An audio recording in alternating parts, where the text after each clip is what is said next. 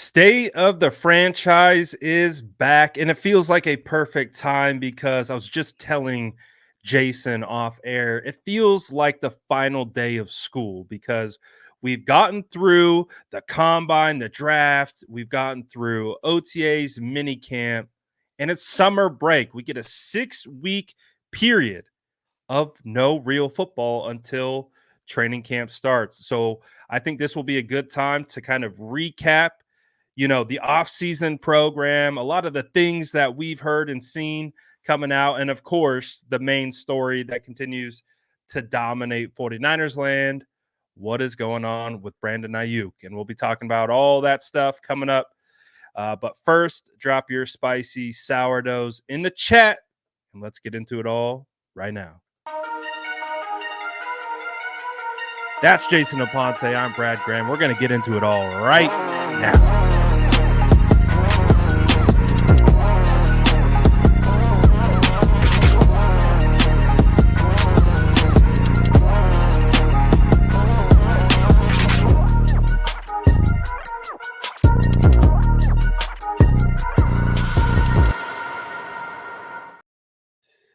We got Mr. Aponte in the building. How are we doing, my guy? What are the vibes like over there on the East Coast?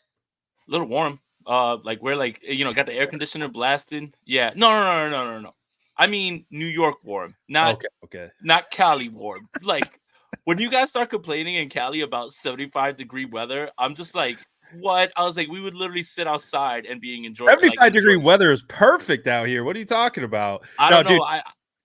Dude, I did a show with Brian Peacock, and he was complaining about 75-degree weather, and I was like, dude, get out of here, man. Get out of here.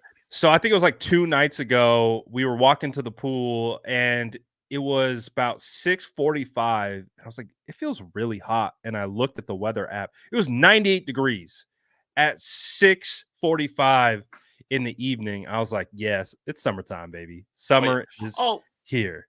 And I think it depends on where you live in Cali, right? Because I think Brian is a San Francisco boy. Like, he's a little bit closer. So he's like anything above like he's 65. Coastal. He's coastal. Right. I'm a little bit more inland. He's like, I don't even own an air conditioner. And I'm just like, I'm like, dude, my air conditioner has been on since it got up to like 65. Like, I'm not playing with you. Like, get out of here. Well, while it starts to heat up here in California and everywhere, right? Because it is summertime. But that puts an end on the OTA and mandatory mini camp period.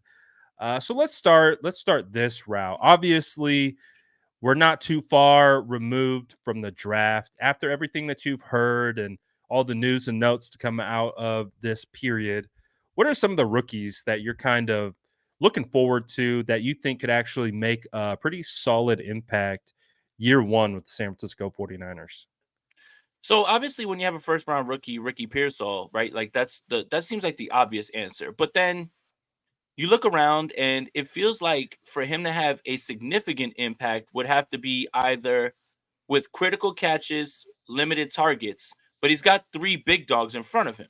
Like it's easy pecking order, right? Aiyuk, Samuel, Jennings, easy pecking order. And Kyle Shanahan spoke about, well, no, we're not changing our offensive philosophy or anything like that. So Ricky Pearsall seems like the main one, but I am going to turn it just a little bit. I do think that there's someone that we're kind of like overlooking, and this is what we were talking about earlier. What if the right guard that starts this season for the San Francisco 49ers is Dominic Pooney?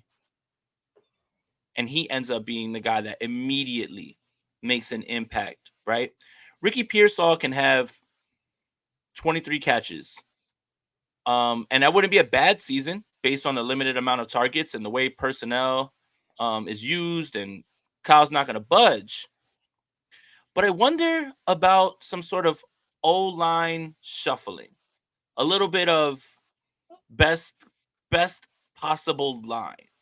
And I think that if there was anyone who could have like a super impact or a deep impact, like the Meteor movie, I'm gonna go off the board and I'm gonna say Dominic Pooney. Dominic Pooney. So basically, are you saying week 1 starter potentially? Maybe. Mhm, mhm, Could be in play. mhm. That would be absolutely fascinating to see, because that means, like we kind of talked about offline as well, Feliciano would have to be on the move because I'm of the mindset that right now, as it currently stands, Feliciano's got to be in your starting lineup. Yep.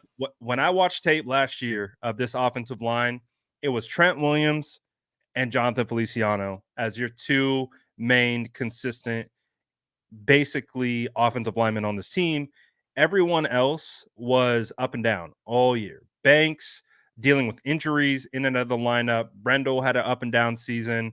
And obviously, Burford ultimately was replaced by Feliciano in the playoffs. And that's kind of where we saw the offensive line play a little bit more cohesively.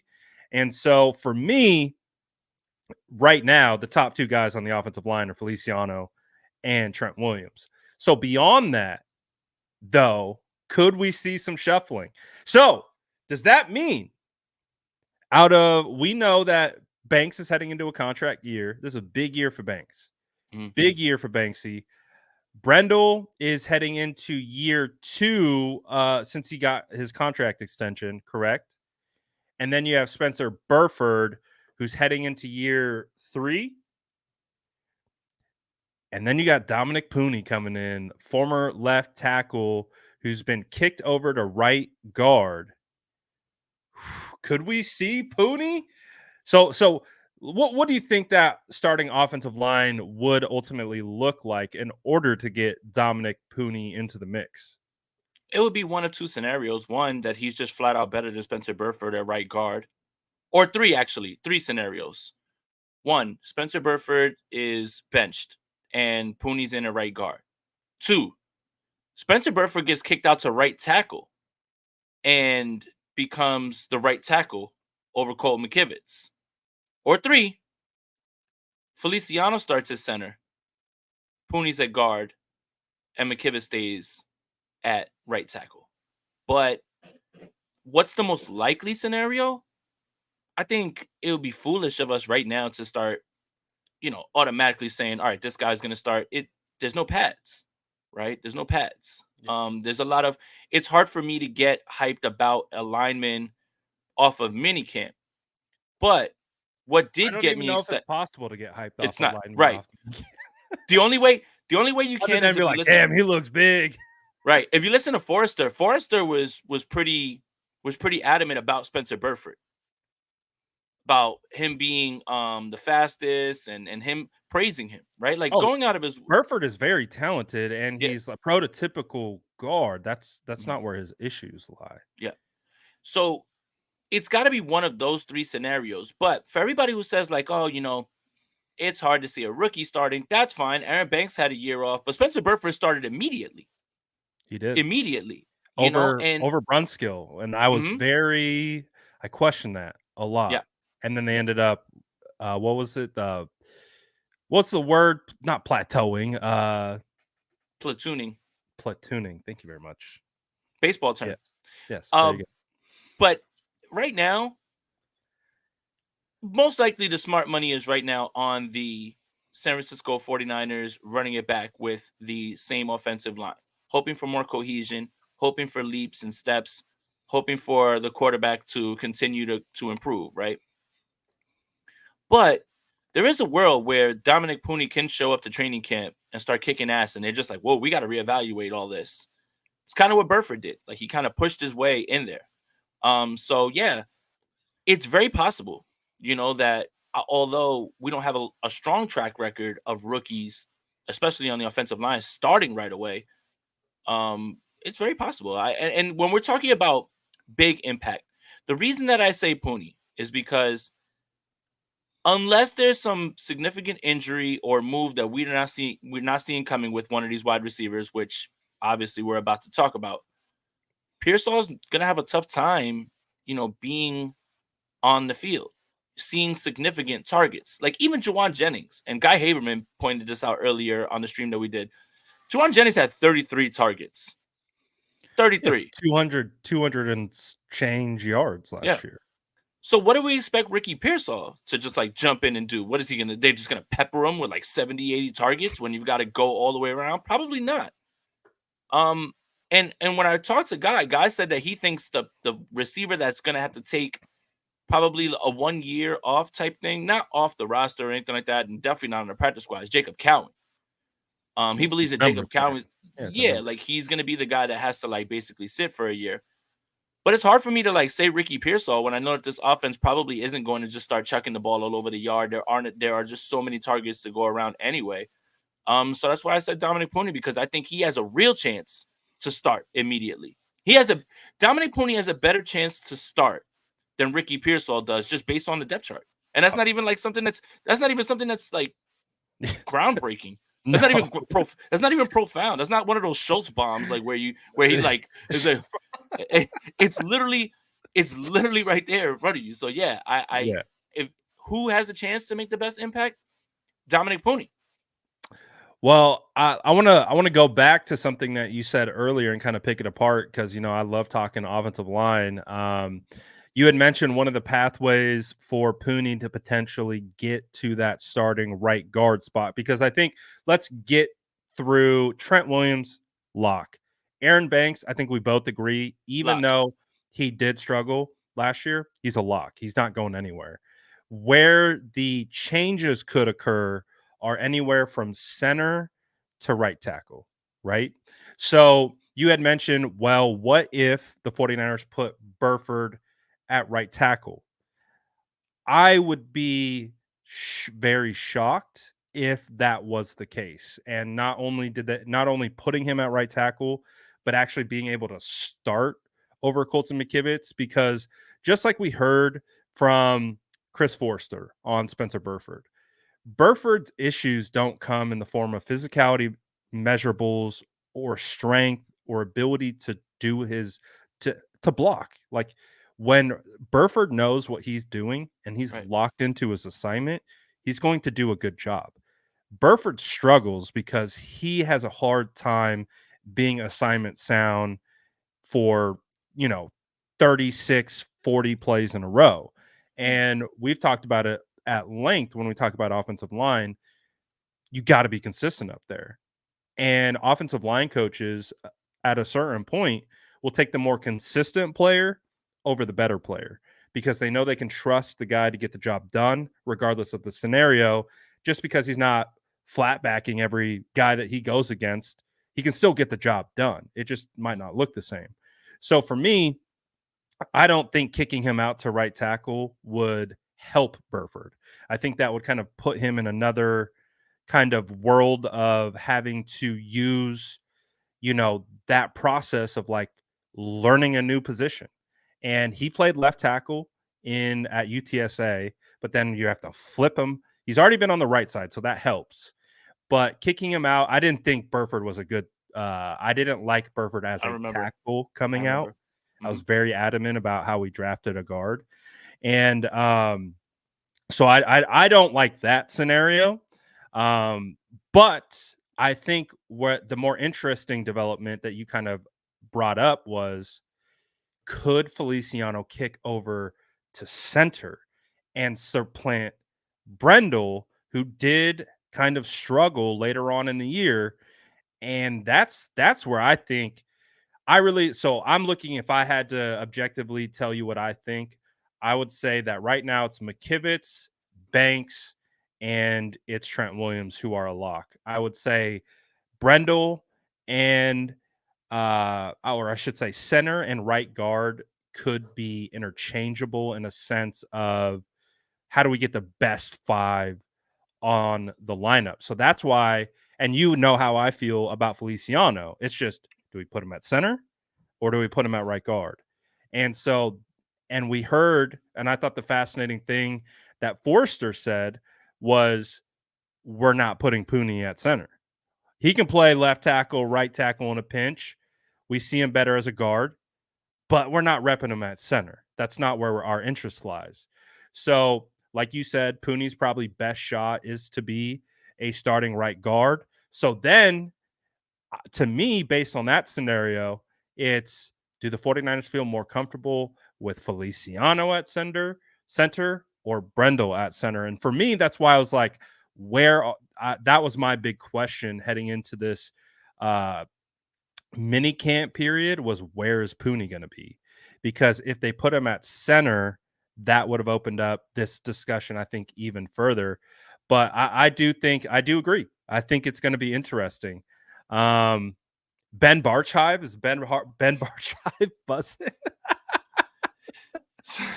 Goodness gracious.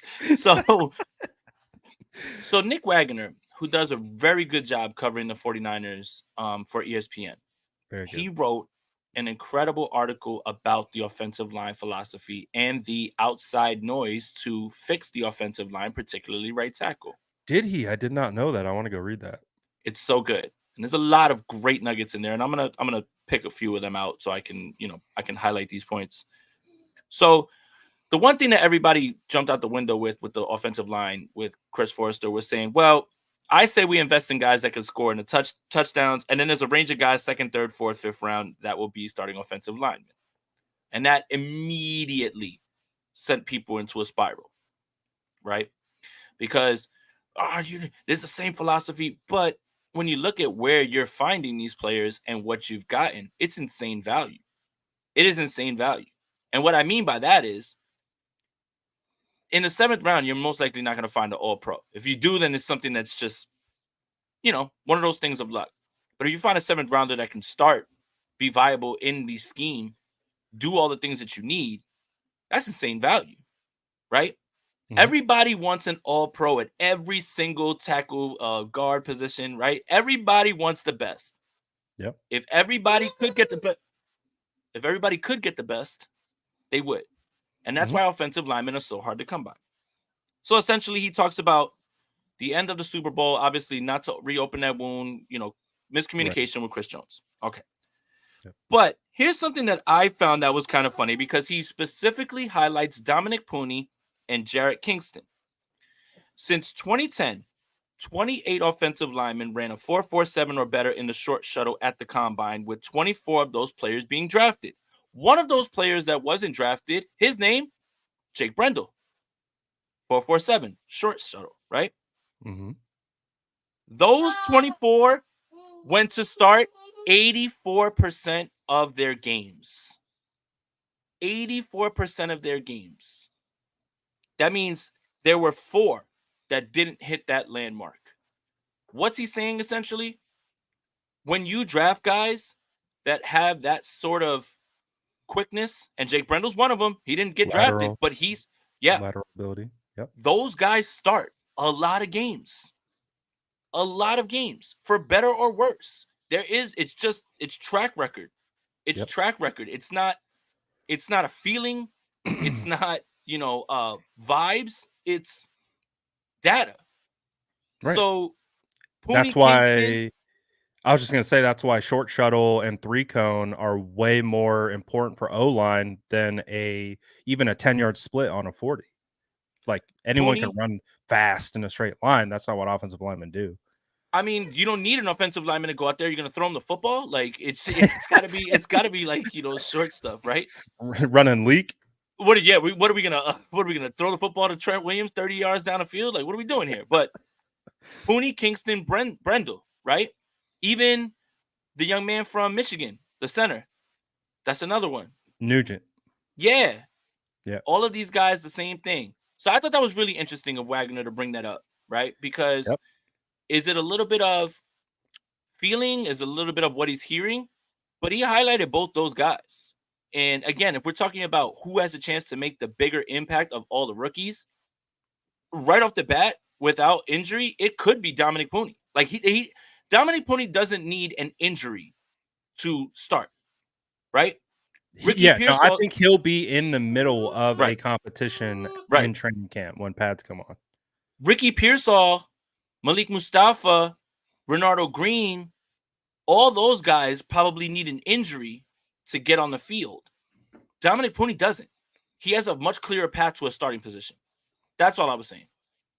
Yeah, I'm down. I love talking offensive line. And I think it's also just like a great look ahead at what training camp can offer. And the whole short shuttle thing, Jason, I'm a 4-4 guy myself back in the Mm. good old days. I'm a 7-3 3-cone drill guy. So one thing I've noticed about myself, Jason, is like I tend to find myself liking a lot of undersized, faster offensive linemen because I think that's what I was. I started in college at 6'3", 250 pounds. That's not starting like right. So but I could move really fast and I could pull and do all those different types of things, get to second level. And so I find myself landing on those guys a lot, the kind of undersized. But one of the things that I've been able to identify as well is like for me, an indication of offensive line movement is the short shuttle. I know it was the comment that Forrester made. He's like, "Well, you can coach that." It's like, yes, you can coach to knock maybe a couple tenths of a second off, but for offensive linemen to go lateral one side, touchdown, pop back up, lateral the other side, touch, like that's not a very easy movement for someone who weighs 315 plus pounds.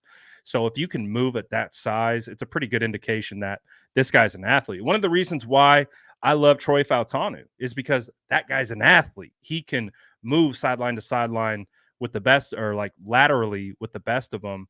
So when you look at the 49ers and you think of outside zone, those are the guys you go for. Like you go for Daniel Brunskill-esque type guys who can get out in space, might struggle with the bull rush, but boy, he's going to reach Aaron Donald 9 times out of 10 because he's got that kind of quick foot quickness and the ability to work his technique. So Dominic Pooney is going to be a very interesting one to watch in training camp. I'm fascinated by Renardo Green. I know you talked about it, and I think right now the leader in the clubhouse for the top 3 cornerbacks are going to be Jair Brown, Deommodore Lenoir, and Isaac Yiadom.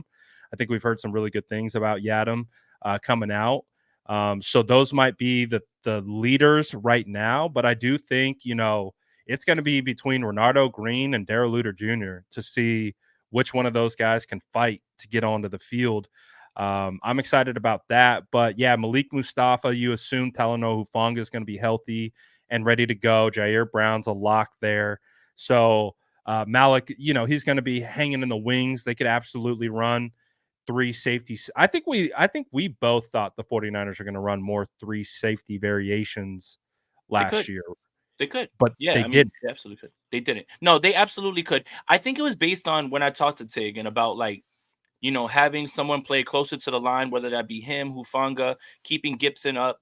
Like early on, that was the thought, right? And I think that's what kind of led me to that. But I'm glad you brought up Yiadom because Guy Haberman doubled down on that today. Literally said, like, I would be shocked if he's not the starting outside corner from Mooney Ward. He was like, I would be absolutely shocked. He was like, he absolute leader in the clubhouse. And then you hear all the things they're saying about him, and then they can keep Demo on the inside. So that's why Renardo Green has such a – it's not that he's not good. It's just he's running into, the depth chart, right? Same thing with Ricky Pearsall. This is why I have a hard time when you talk about who's going to have a chance to be the most impactful rookie. Well, let's look at their circumstances. Pony doesn't need an injury to get on the field. He can just outplay people. I don't know if Ricky Pearsall can outplay any of those other 3 guys. And I don't know if Renardo Green can outplay the other 3 guys. Well, he's definitely not going to take Lenoir or Ward's spot. Yiadom, he has a little bit of an easier spot. But from all indications, and again, this is minicamp, and they are against air and, and it's shorts. It's the ultimate grain of salt evaluation. Right. But Yiadom did pop off last season in his first full year of being a corner with the Saints. Right. And it kind of flew under the radar. He had bounced around for other teams and played some snaps here and there, but last season was really when he blossomed. I think the 49ers are betting on that to continue. And again, veteran in this point, right? Like if he gives them another lockdown guy and they can keep Demo on the inside and they can bring those guys along, the rookies, little by little and use them as depth. This is what's going to put Ambry Thomas and Samuel Womack on the clock here. Like these are these are the types of moves that have put them in a position where they may not be on this roster by the time they have to get down to 53. But Yidam, I think, is right now, like, he's leading the clubhouse on the other side of Mooney Ward. I'm excited about Ike, I guess is what he goes by. Ike. Not Isaac. Not Isaac, Ike apparently, but hey, I don't mind it. And Daryl Luter. I've liked They what I've heard definitely want to about see him. something with him. Yeah, they definitely want to see And something with him. because I remember, going to training camp last year and watching him do his rehab before the start of training camp. As you know, they will rehab before practice. And I just remember looking at him like, this dude's huge. You could see the long arms. Like, when he's in his back pedal, it just looks massive, moved really well. You could see the hip fluidity. You're like, this guy looks like an athlete. He's just hasn't been able to get on the field. So Daryl Luter Jr. is a guy that I'm definitely interested in. What are some veterans that you're excited about seeing in training camp? It's got to be offensive line, right? Like, I've got to figure out the offensive line. I think that's the easy answer. But what I'm interested in, honestly, more is the defensive line. It's going to be interesting how this defensive line shakes out because they're so deep. Because they have all of these guys, right? Like, Gross Matos, Floyd, Jordan Elliott of Bay Area, NBC Bay Area. You have Hargrave, you have Bosa, and it's interesting to see how this is all going to shake out. Kevin Givens, like, who is going to be a part of this rotation? Malik Collins, like, who else is going to be a part of this rotation? And figuring out what the passing down situation. Obviously, Floyd is on the other side, but passing downs, base downs, the defensive line is going to have some players that are good football players that are just going to be left out as far as the numbers game. And yeah, it's going to be hard to watch them go on another roster because, it's just a matter of numbers. Like, there's nothing you can really do when it comes to that. So defensive line is kind of where I'm looking at it because they chose to replace Arik Armstead with a few people because you don't replace Arik Armstead 1-1, right? There's no 1 for 1, but they have their run stuffer, they have their pass rusher, and you kind of relied on Arik Armstead to do both, but I'm interested to see how that plays out, right? Like, how that plays out. And if Leonard Floyd can be that other guy that Nick Bosa has been pining to have the entire time. Still haven't even talked about Drake Jackson at this point, right? Like, Right. who I mean, I don't even know if he's on the clock. I think right now Drake Jackson is just somebody who is like, if he gives you something, cool. If not, whatever. Like, and I hate to say it like that, but it almost feels like found money. Like, if he all of a sudden starts to take a jump, that just deepens the depth. Deepens the depth? That doesn't work. It just strengthens the depth. It just strengthens the depth. there we go. I Yeah. like that. But if he gives you something, cool. If not, you can't bank on it. But if he does, it only makes this defensive line stronger. So that's what I'm really looking at. It's like, where else in this defensive line, aside from the guys that we know, that we can set our watch to, how is this all going to play out, especially when you're looking to replace Arik Armstead with a bunch of guys? Yeah, I mean, Drake Jackson did post that video of him like doing like one leg press, and that scar on his knee is nasty. I didn't know it was that intense of an injury because you can see that scar is right on the top of his knee. But hopefully, if he can provide something, that would be great. The guy that I'm really excited about is Yetur Gross-Matos. I feel like when you talk about replacing Arik Armstead, that's the kind of guy who could be that Arik Armstead pass rusher on the interior. Because I know Malik Collins is going to be slated as a pass rusher as well. But I really like Yetur Gross-Matos. I think he can be someone that can be, again, the Charles Omenihu Arden Key role that has had a lot of success with Chris Kosuric. But Leonard Floyd, I think we're all, obviously, he was kind of like the prize of free agency period. So I'm fascinated to see what this new defensive line looks like. How, we know Chris is going to rotate. That's just, it is what it is. He's going to run 8 to 9 defensive linemen a game. And so he's going to use all of them. So everyone's going to have a shot. So it's going to be very interesting to see how he deploys certain groupings, certain situations. We know the NASCAR package, all that kind of stuff. Who's going to be in the NASCAR package? And Again, I think I'm really excited to see what Javon Hargrave does. When Javon Hargrave spoke at the podium and He was very acknowledged honest. He was very honest. acknowledged that he didn't rush the passer good enough. He didn't get after. He didn't, set the tone in the run game enough, and then he played out of shape. I was like, I mean, you don't love to hear that from a guy who got paid what he paid, and I think a lot of fans kind of had an issue with that, but he still put up 8 sacks. I mean, he still had decent production. I think the expectation is, though, you get a Javon Hargrave, you're getting a real difference maker. But how much of it was, the issues with Steve Wilks marrying the pass rush with coverage, and or it was almost like a divorce last year. Like that, those things were not connected, and that's I really think where a huge issue lied. But man, it's going to be fascinating to see how Nick Sorensen and Brandon Staley, assistant head coach / defense, is going to cook things Wait, up. You're not allowed to be excited about Brandon Staley, pal, because he was such a bad head coach for the Chargers. How could you bring him in here? Rah, rah, rah, rah, rah. That's all I ever hear. Dude, I think I remember I don't even know if it might have been at the combine, but I remember doing like a live, and I was like, guys, I know Brandon Staley is super unpopular right now, but I'm like, just think about like the experience we're getting. And sometimes, Jason, as you know, i.e. Bill Belichick going, where was he? The Jets and the Browns prior to landing with, and again, I'm not comparing him to Bill Belichick. I'm just presenting an example. We've seen plenty of guys get fired at stops, and the perception is, oh, they're terrible. And then they get into a right environment. They get into the right situation, and then you're like, oh, this guy's actually pretty good. And he's still really young, in the grand scheme of, coaching age. So Right.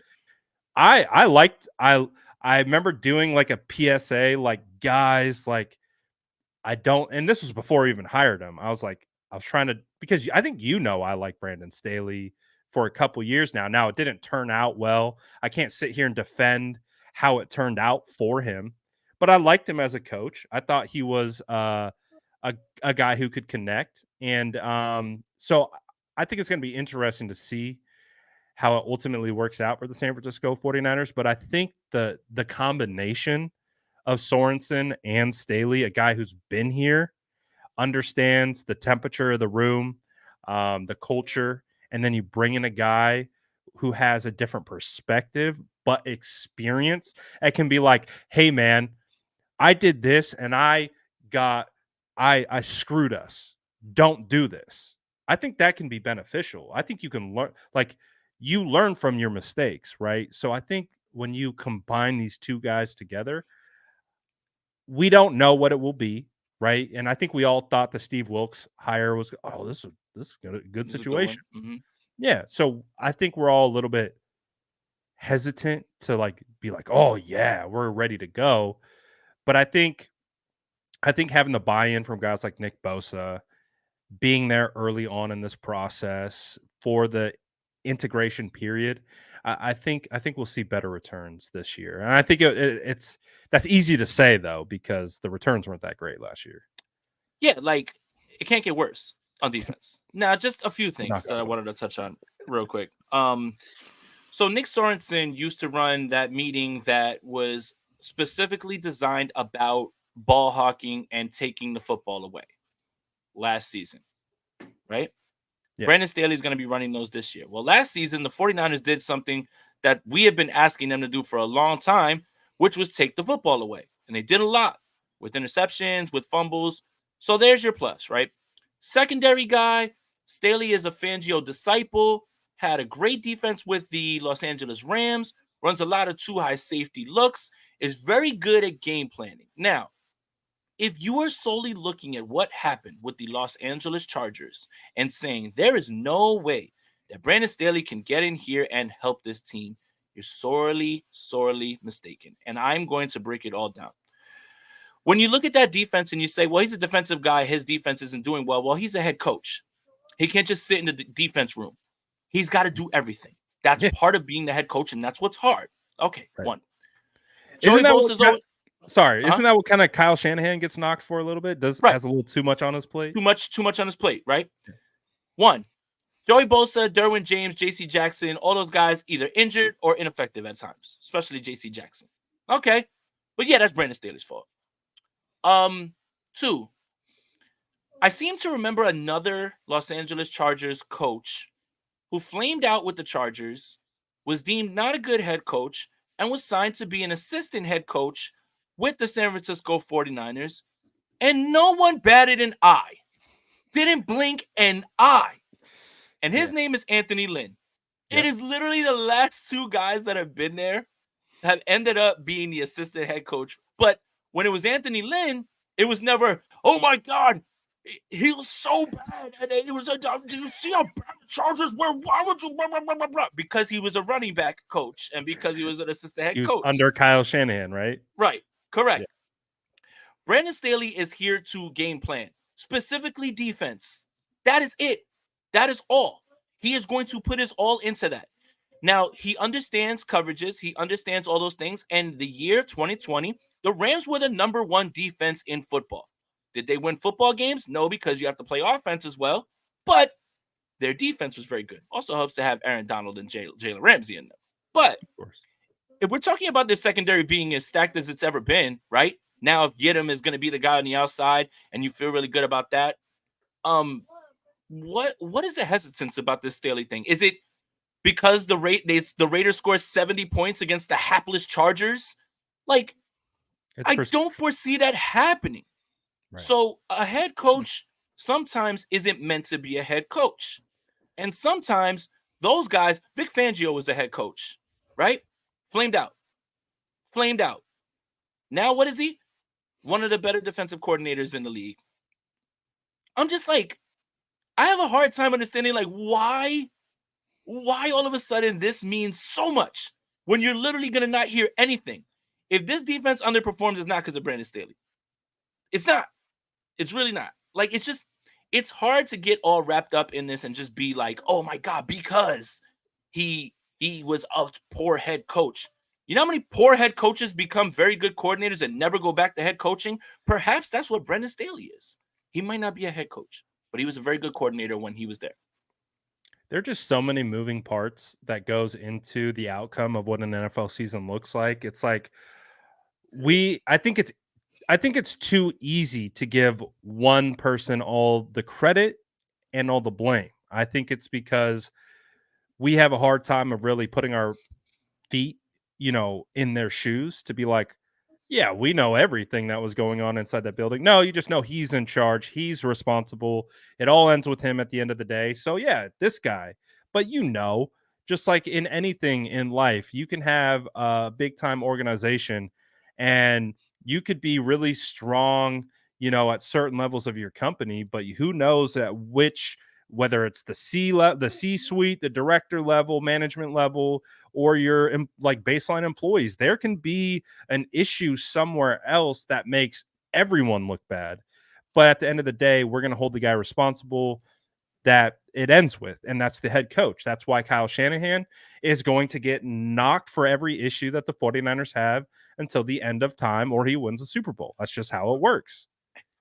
And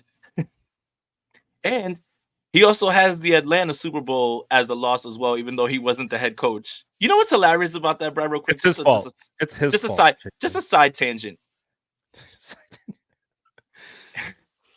If Dan Quinn's defense gets one stop, right? One stop, they weren't going to run up to Kyle Shanahan and hand him the Lombardi. They would have handed it right to Dan Quinn. Yeah. But yet, Atlanta loses, and it's on Kyle, not Dan Quinn. Although Dan Quinn was in line to get the Lombardi, and they never would have run it up to Kyle. So yeah, sorry. I had to get that off my chest because it's so weird. It's like, it's Kyle's fault Atlanta lost. It wouldn't have been Kyle's fault if they would have won. They weren't going to hand him the Lombardi. They were going to hand it to Dan Quinn. Donovan McNabb literally just talked about it, and he mentioned that drive where he was throwing it, and then they got the the after the Julio catch. Yeah, after the the the Julio snow the catch. snowball effect, and he's like, Yeah, "Oh, after the Julio Kyle's catch. gotta make After that decisions." Julio Jones almost had the one of the greatest catches in Super Bowl history that is unremembered. So good. The one against the And sideline, the toe yeah, where tap. he just Oh, claps the other foot on the so thing there. good. It's just crazy So to me, dude. good. But yeah, whatever. Just hilarious to me that Kyle has to take a loss as a coordinator, but Dan Quinn gets none of the blame and just continues to be a defensive coordinator and then a head coach again, right? Oh, by the Right. way, Dan Quinn flamed out in Atlanta and then became a defensive coordinator and then went back to being a head coach. See how that works? See how that Well, works? look at that. And now he's linked up with Adam Peters. And hey, dude, I think the Commanders might be kind of low key Oh man, fired. no, they're good. They're good. They had a good draft. They had a good draft. They had a good draft. Jaden and Terry McLaurin. He just, Ooh, I'm talk about actually Terry. I'm on the Terry, or I'm on the Jaden Jahan Dotson hive. Like I'm trying to buy Jahan Dotson stock right now. Wow. I think that's going to be a nice connection. Ben Sanat, baby. Ben Sanat, baby. That's it. You know what's funny? You know what's funny is, all right, this is something I want to throw at you because it was reported that Ben Sanat was the draft crush. So does that kind of, all right, let's do some history real quick. We want to draft Ben Sanat. We want Brock Wright. We sign Eric Soibert. We sign Logan Thomas. Braden Willis is getting Drafted 2 tight ends last year. Braden Willis is getting more burn. Obviously, he played at the end of the year, getting more hype. Oh, Cam Latu. Oh baby, you are in trouble, pal. You're in deep trouble right now. Yeah, and George Kittle talked about the importance of the young tight ends getting reps in OTAs and mandatory minicamp, and then in the same breath said, "Well, we hope to have Cameron Latu back by training camp." So you can't make team if you're not on the field. It's as simple as That's that. what Kyle said. Remember? Hey, It's as is simple as that. someone asked Kyle like such a nice question too. Hey, what do you think about Cameron Latu being tight end too? He was like, no. He went straight Rich Madrid. No, man. He was like, no. He was like, no. He was like, he has to play, man. I was like, oh my god. I was like, you need to try to sugarcoat. Oh my gosh. Because usually there's a way, right? Like there's a way to like there's coach speak. Right. Like, look, all right, let me do the coach speak. I got this. Yes. It's been unfortunate what's happened. We really believe in Cam a lot. Unfortunately, he's been injured, and we're excited to see what he gets out there. Right. Like Cam has shown a lot of promise. He's working through his rehab. We expect him to hit the ground running when he's available for and we'll see how it plays out from there. Right. 100%. That's the coach speaking. Like, oh, that sounds all right. He's we want to give no. We want, yeah, we no. He's not tight end too. He doesn't even practice. I was like, we think competition is healthy, and we would love to have another guy in here, and I think it'll be great to have everybody push each other, and we're excited for Cam, and that's why we drafted him with the draft pick. No. Thirdly, Kyle is crazy. He's like, no, God, no. Like he was almost mad that he even asked.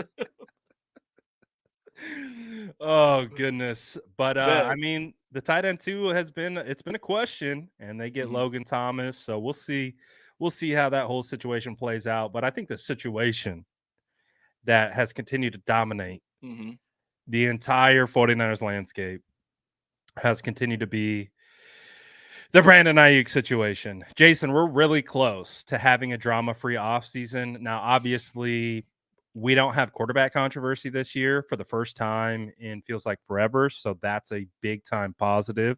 Like, I don't think we've even talked about Brock Purdy on the show. I don't think we've mentioned his name. Brock Purdy's really good, guys. Brock Purdy's really good, and he's probably going to improve. He's going to be the starter.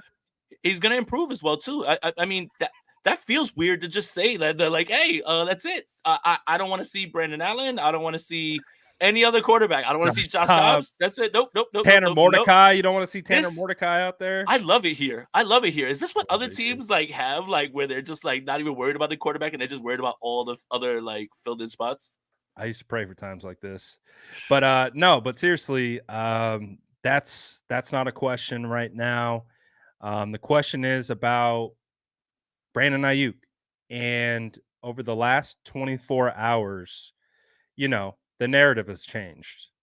What is your thoughts on the narrative and where we currently stand with BA?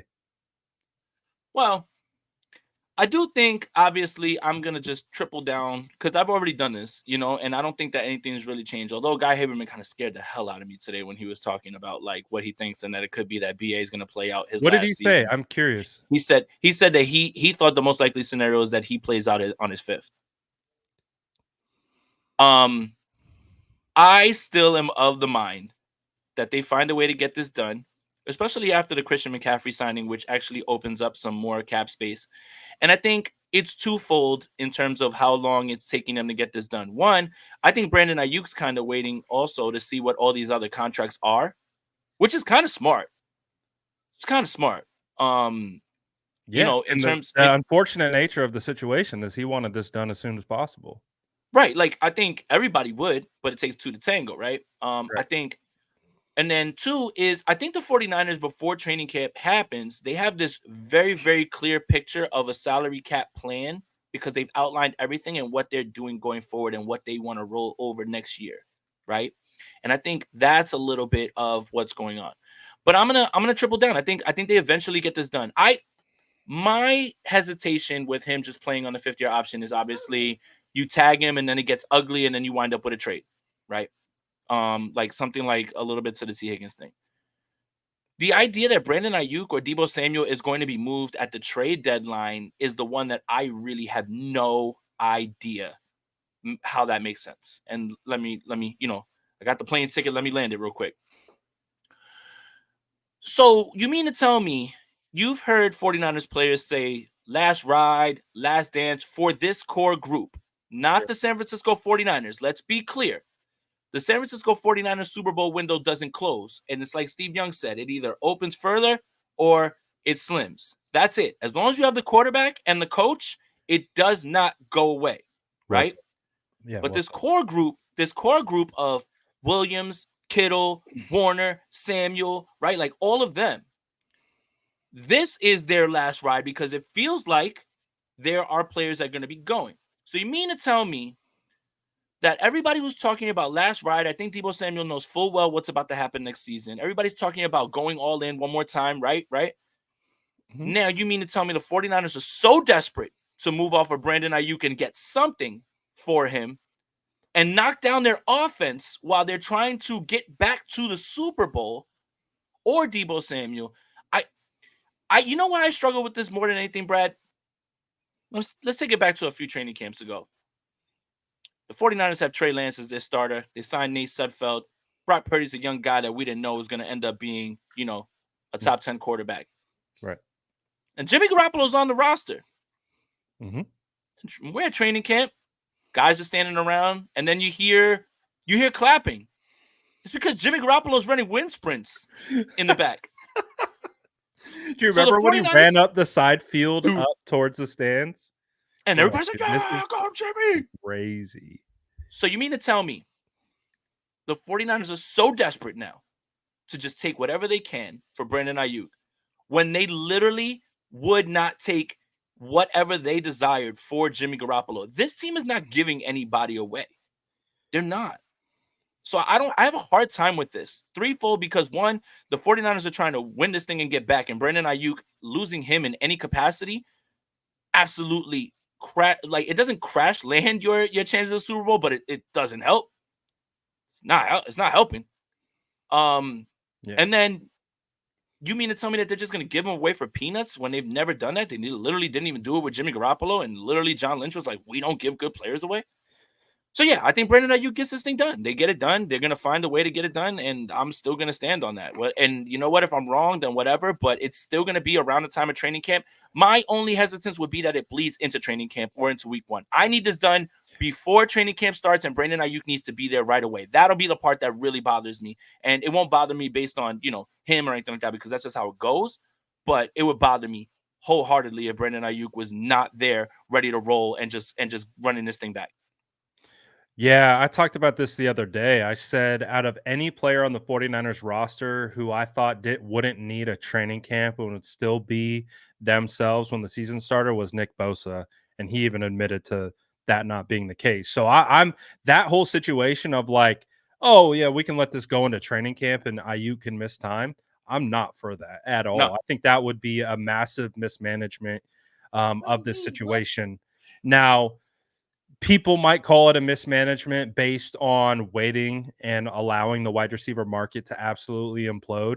And the 49ers are now faced in with a situation where I think, I don't know if we've talked about this. I'm sure we've talked about it, whether in the past with other players or other situations, but the market is the market. That's what drives the prices of these contracts. You take that and you compare it with the statistics and what they've done from a production standpoint, and you marry those two things together, and that's how you get the price. You're always measured against everyone else who's gotten a contract before you. And so that's why we talk about the situation of the wide receiver market exploding. And it's not Brandon Aiyuk's fault that he's played so well that his market is his market. That's just what it is. And it's up to the 49ers and Brandon Aiyuk to come to agreement on what that deal is. Now, the way that I believe it's playing out is that, BA obviously wants his number. We heard TJ Hushmanzada say that was the baseline is Amon-Ra St. Brown. And Matt Mayoko is saying, it could get to a spot where it's a 50. Like when Matt speaks, that's when I'm like, Yeah. Hell, man. Yeah. Um, Yep. not that he's like breaking anything, but I think No. Matt is kind of bracing. Yeah. Like he's bracing you, like a little I bit. don't want to just in call it. case. I don't want to call it conditioning, but Yeah. it's low key conditioning, Right. like the thought, Right. the Because if thought it that this happens, could happen. because if it does happen, then you can always say, well, Matt told us, But if it happens out of nowhere, then you're blindsided. So not that Matt Mayoko saying that makes it any more of a certainty or like it doesn't make it like it's something like, oh, this is going to happen. Right. But him bringing that up kind of lets me know that the chances are increasing. And now, what are they going up from? Are they going up from 5% to 10% or 15%? I don't know, but I know for a fact that when he's speaking, he's kind of just letting us know, like, hey, put this in the back of your mind. This is what could be happening. Yeah, I think the timing of it is interesting. To me, it feels like they've gotten to a point where one side is in a take it or leave it scenario. We've gotten to as far as we can go in this scenario. This is what it is. Here's your offer. Take it or leave it.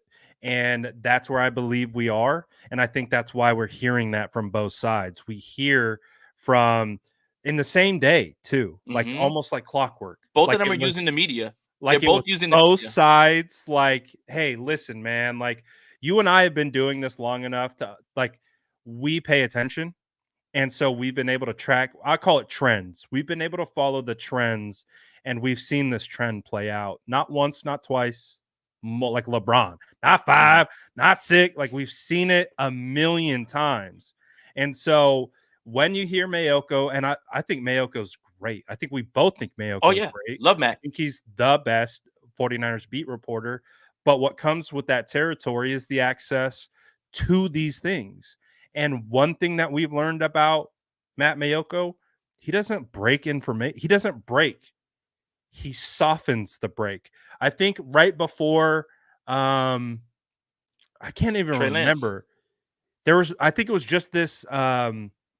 He let everyone know. I think that Christian McCaffrey was in the building, and then boom, news that the contract. Like he knew, that he had already signed, or like I don't know if that's even a good example, but there's he knew Sorensen was the DC before it happened. He just doesn't want to be in that sort of business, right? Like and that's just not I who he totally is. understand. 100%, yeah, 100%. No, I don't No, want to be in that business either. no. So I get it. It makes a lot of sense to me, but that's why when he says these things, we kind of perk up a little bit. And so then he had said that, and then Hushmanzada goes on representing Brandon Aiyuk and their perspective, and both have the same tone, both representing different sides, but both representing the same tone of at one point we felt optimistic that this was going to be able to close that gap as to whereas now we don't feel that way. And I feel that's representative of one side saying, this is what we want, take it or leave it. You're either going to play on this, you're going to accept this deal, or you're going to play on your 5th-year option, and we'll go from there. That's it. That's where I feel like we're at right now. He even softened the blow about Sam Darnold. Now, did you agree with him right away saying that he's the best natural thrower to football? Whatever. Like, we're not here to just talk about that, but he's putting in your mind, hey, Sam Darnold's gonna be here. Like, he's gonna be here, right? Like, that's the little stuff. And then Sam Darnold said on a podcast that he was told that his best opportunity to beat out Brock Purdy was in preseason. So it was a competition between Brock and Sam. So now what I find fascinating about this is the set of circumstances with Brandon Aiyuk and Deebo Samuel are completely different, right? Brandon Aiyuk has the 5th-year option. There is no 5th-year option for Deebo Samuel. Sure, we hear that he requested a trade. Obviously, eventually that gets done. And remember, it was around the draft, all that stuff. But now the open negotiating between the media, right? Like throwing this out there to kind of scare one side into something or leverage another side. Like, this is the part that we're not used to, right? Like, this isn't Deebo Samuel. It wasn't even Nick Bosa, really. Like, with Bosa, we just knew that he wanted to get the bag. Everything was quiet. We were just waiting for it to happen.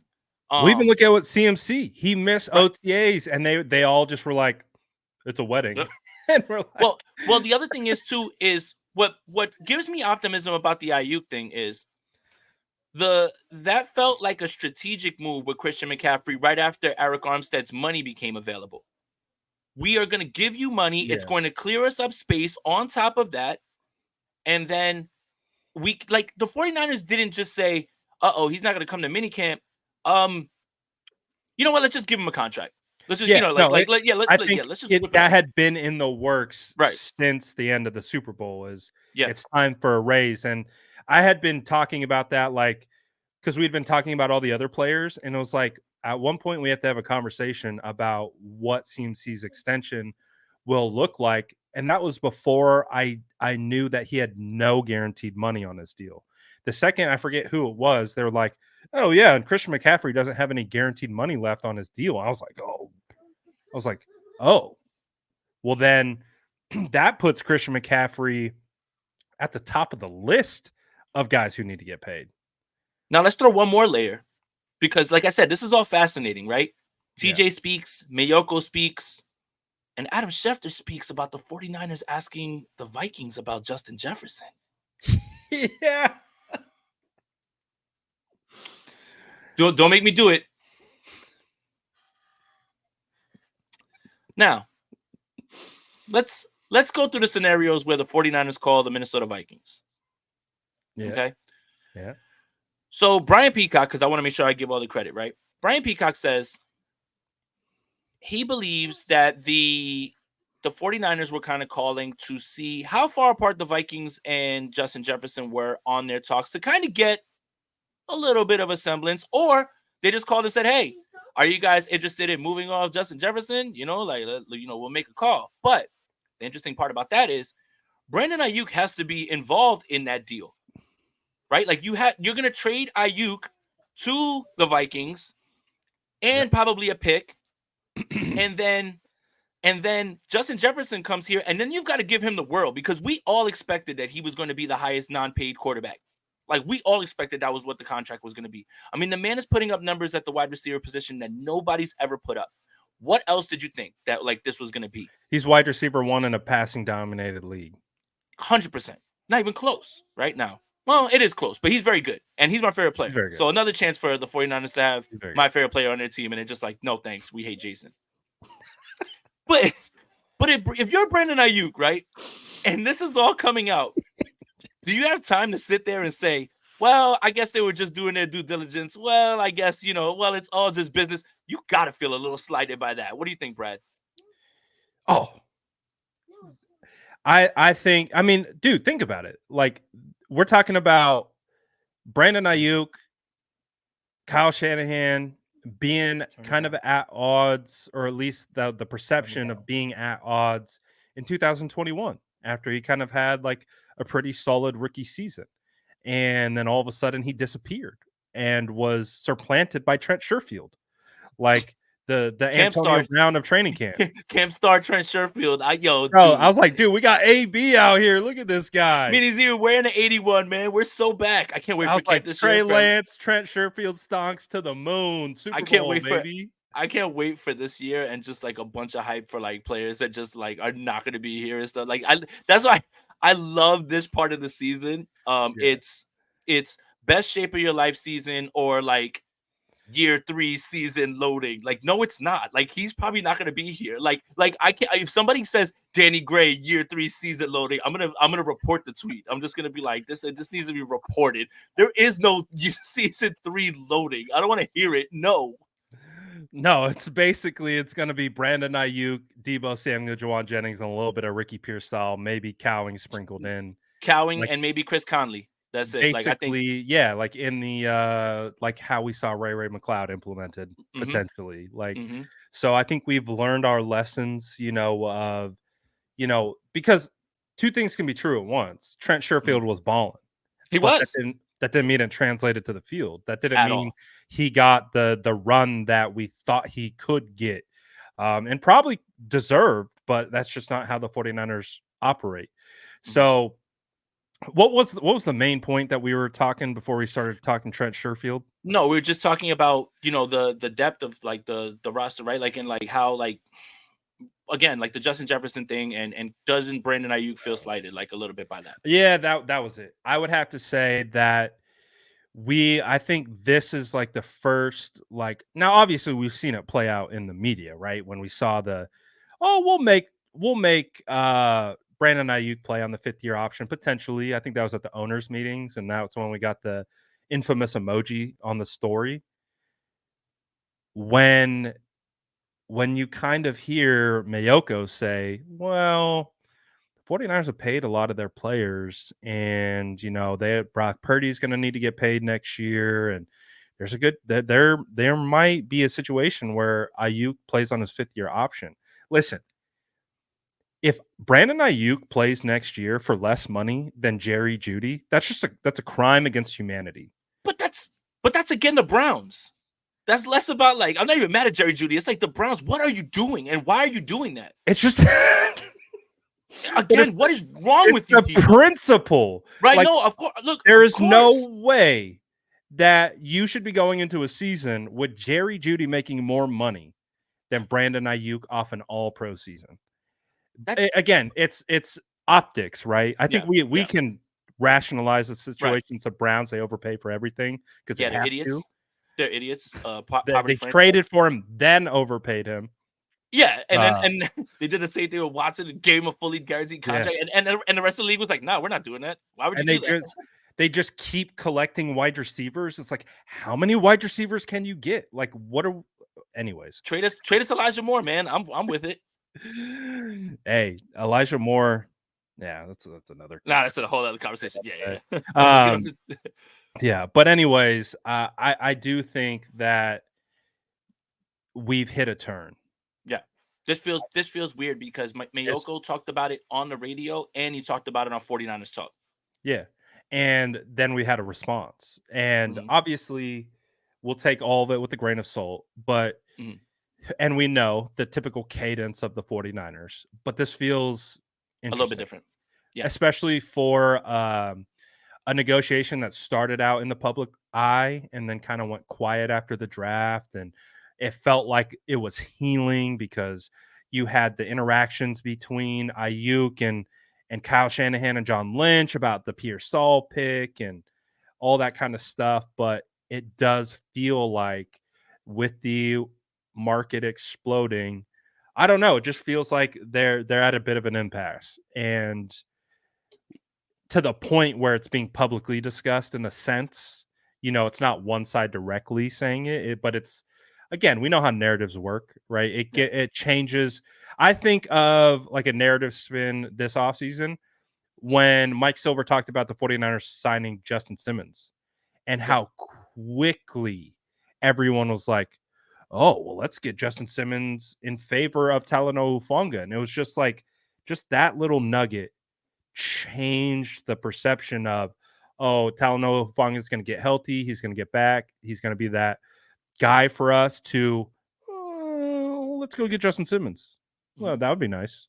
And then kind of shifted away from Talanoa Hufanga in that situation. So that's just how narratives happen. You plant the seed, and then people start spinning on it, and they're like, oh, Brandon Aiyuk, 5th-year option.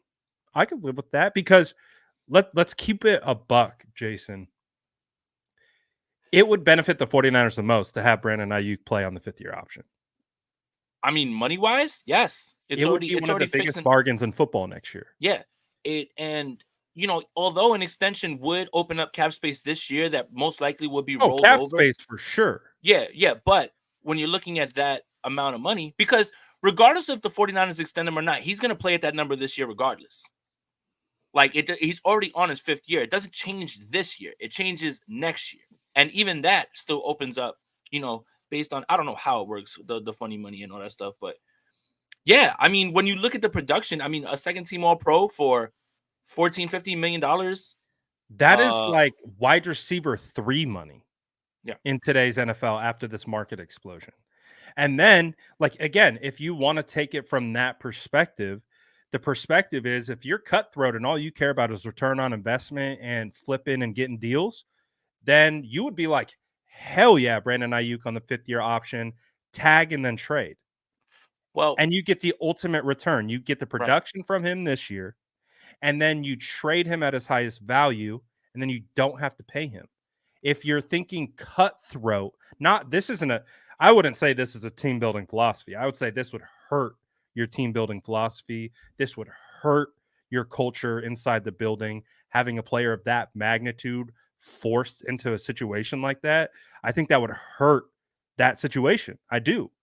But there's a perspective of cutthroat money man who's treating everything like a spreadsheet and is like, well, I see this number. If we want to get a return, that's how you could go about it. I don't think that's the right way. I think that's bad business, especially when dealing with people. But the 49ers have that at their availability, and it feels like they're kind of flexing a little bit, and that's what's kind of scary. The other thing is Brandon Aiyuk can't sit out. Because if you do, you don't get an accrued season. You're back in the same spot that you were in next year. Yeah, he does. He can't do that. Like, that's so. What's crazy is, and this is something that I don't know why someone put this in my head, and it scares the hell out of me, is if he shows up around week 8, like, let's just say he's gone from the team and he shows up week 8, that's an accrued season. Oh. Yeah. So he can get there week 8 and he can sit there and it'll be his accrued season. Now, would you do that? One, no, because it's just sets a bad precedent for everybody else, and you're trying to entertain, another You'd team. Be going down the Le'Veon Bell route now. 100%. That's just bad. That's just terrible, right? That's bad optics. But he can't sit out.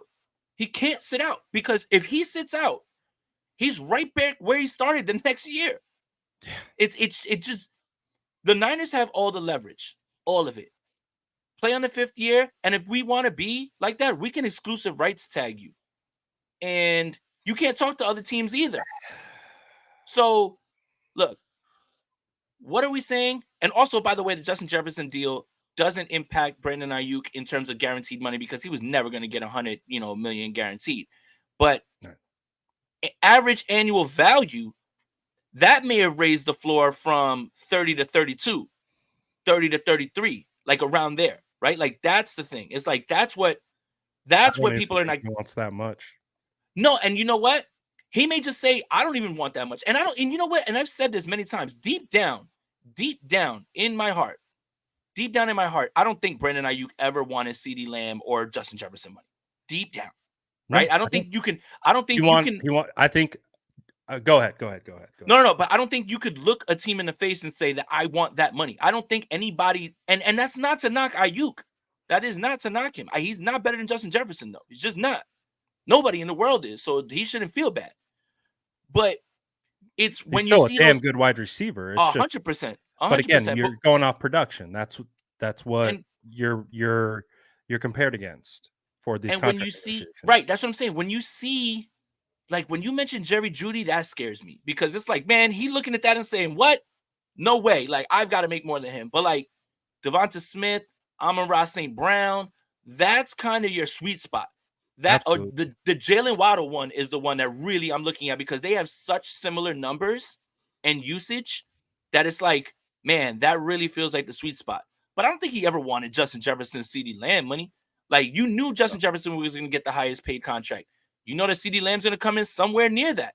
You know, maybe Dallas is dumb enough to go ahead and give him more. But it never felt like it was that. So what Justin Jefferson's impact on this Aiyuk deal isn't guaranteed upfront money. It's average annual value. And I think like when you start to get into that, that's where it could be. But again, I don't think he sees himself in that spot. I think he sees himself Amon-Ra, Devonta Smith, Jalen Waddle. That's where I see he sees himself annually.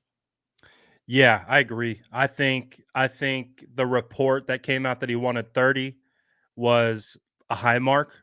Yeah. And also too, when we look at these deals, you can also understand that you can inflate APY with bogus years. Like you just tack on a year, Void years that are like, oh, he's going to get paid 45 million in his last year of his deal. That's what they thought about Tyreek Hill, right? Right. That's what they thought about Tyreek Hill. It's a fun. It's a bogus year to get present that number and the marketing that comes along with it of being the highest paid, blah blah blah. So I don't. I think Aiyuk cares less about that aspect of it. I think he cares about just getting his number. And I think the 49ers, what's that? I I don't know if that GIF is appropriate anymore. But when it's just they're staring at each other, they're just looking at each other. Oh, I know what you're talking about. Yeah, yeah. And they're just looking at each other. He who shall not be named. They're in a stare off right now. That's it. That's all it is, it's a right? stare-off. Like they That's are. what it feels and like.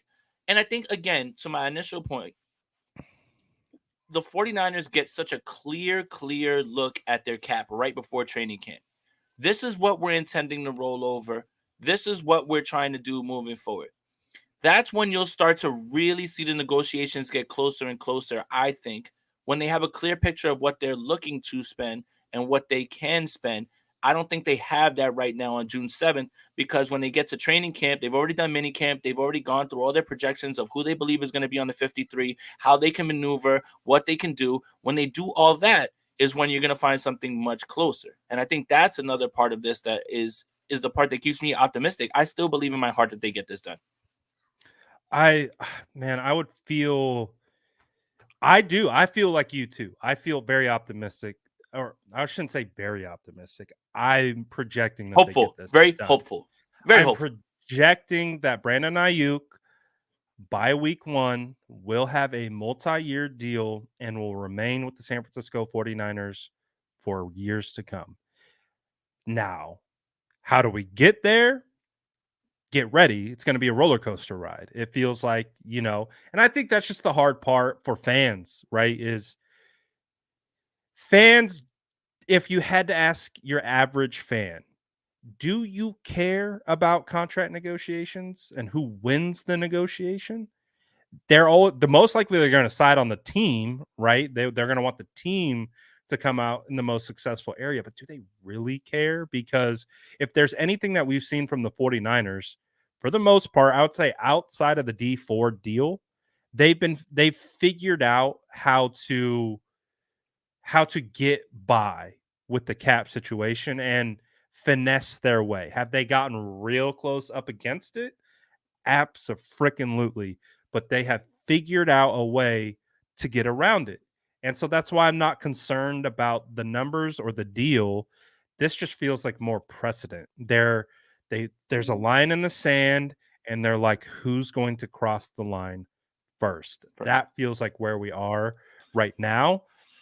Now that could, again, like the original the question you asked me, I think a while ago was, that's got to make Aiyuk feel some kind of way. CMC gets his deal, which I don't think even Aiyuk would scoff at. Like, no, that's offensive player of the year right there. And they got him for $19 million per year, right? They still got him at a phenomenal deal. And you want CMC on your roster, especially if you're Brandon Aiyuk, because that that opens up more things for you as well. But I think, of course, there's going to be some animosity here. I can't sit here and say that Brandon Ayuk's just chilling right now.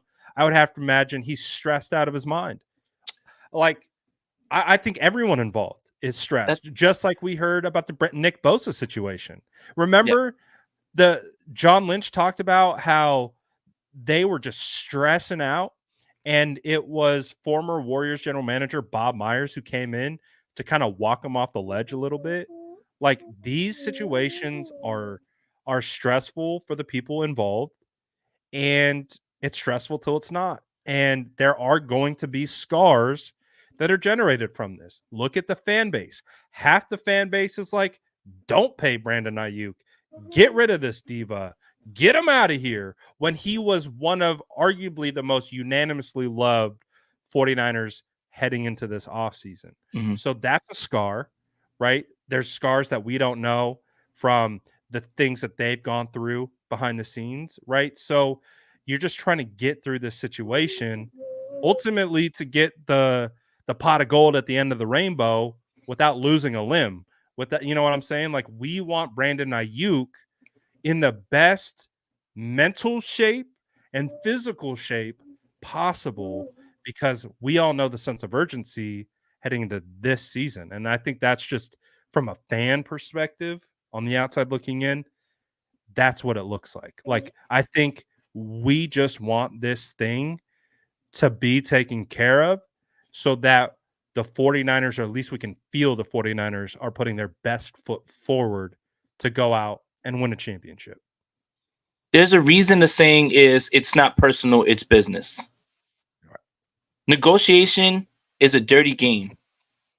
So in a negotiation, when you're the person that has to pay, picture yourself in the job area, right? You say, I've done this job for so well, a regular job, right? Normal workplace. I've done this job this well. I believe I deserve a raise. Well, your boss is going to say, yeah, but you call out 3 or 4 times every few months. Opens up the notebook and is like, you were So late these days. what makes you think that in a negotiation that I want to be paid this? Yeah, well, here's this, here's this, here's this, here's this, here's, and you know what? I think this is what Brandon is really, really, really frustrated about. The usage. Because the 49ers have found a way, maybe in the negotiation, to use the usage against him. Well, I don't know if we can get to that number when we only target you this amount of times. I don't know if you are on this level because you only had 77 catches or whatever it is, even though he had 1,300 yards. Right. So the negotiation is dirty, always. Yeah. So that's why there's a saying, it's not personal, it's business. When the thing that happens is when it goes pushed beyond repair. Yeah. And I don't know when that happens. I don't know how that happens. I don't know if that happens. I doubt that happens. Right. But that's the part. Even if it's this organization that you've done everything for, they love you. They tell you all the time they love you. When it's time for them to pay up, they are going to look at the entire picture. Yeah. Of course, they're not going to. They have to, right? Like, and it goes with any sort of negotiation in any sort of way. So that's why I say, yes, I'm sure he has hurt feelings at times. You called about Justin Jefferson. Well, I don't know the context of that. In my mind, I hear that, and that means you were trying to trade for Justin Jefferson. You tried to trade me. Oh, okay. Or you don't want to give me this amount of money, and I'm better than that guy. Oh, okay. Yeah, it's the ebbs and flows of the negotiations. It's the ebbs and flows of how this goes, and sometimes. It's quick negotiations. It's like a handshake deal. You got it done. Cool. Sometimes the negotiation's a little bad. Sometimes the negotiation gets ugly. And that's it. Like, it's still going to get done. But there's no doubt in my mind that BA feels slighted. And he feels a little bit like that because I'm sure that they're using the numbers and saying, how can we look at you and say, let's just say, like, hypothetically, let's just say you won $35 million. How can we pay you $35 million if you have 77 catches? Like how? Right? So that's the part. But Brandon Well, then Aiyuk, of course his team is going to push back and say, "Well, what if he gave me 100 right. 100 receptions? The So opportunity at 100 right. receptions." So the impact that Brandon Aiyuk has on this offense goes much further than catches. And he had one of the most efficient seasons on 77 catches we've ever seen in this game.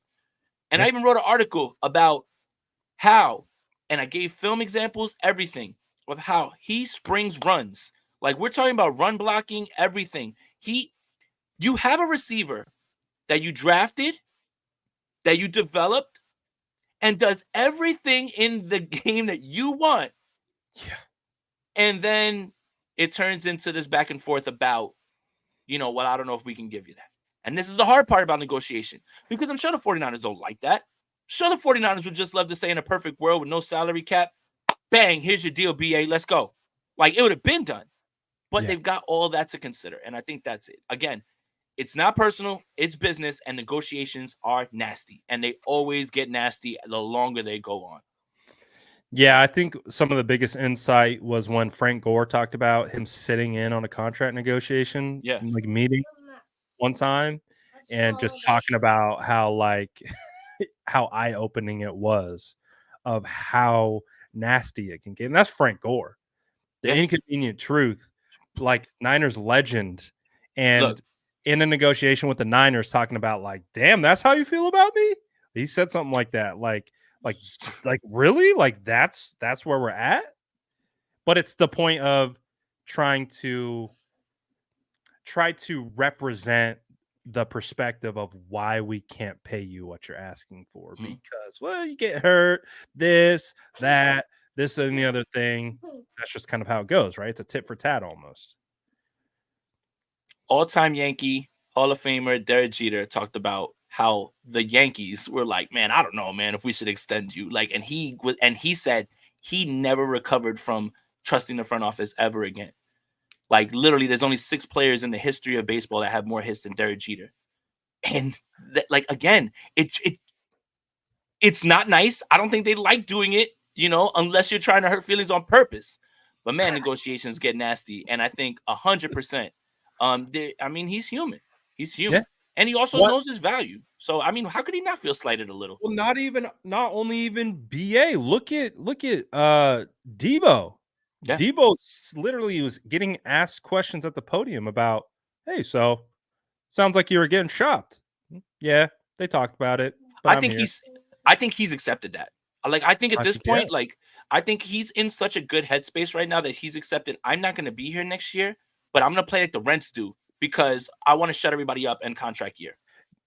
That you just said it. This is a contract year for Debo Samuel. Mm-hmm. That's what it is. He's playing like a free agent. Mm-hmm. And I've seen people in his circle talk about this year. And this is a contract year for Debo Samuel. Oh yeah. That's how he's attacking it. Right. So now that might give the 49ers the best return in what Debo Samuel is going to do on the field, because I've talked about it a million times.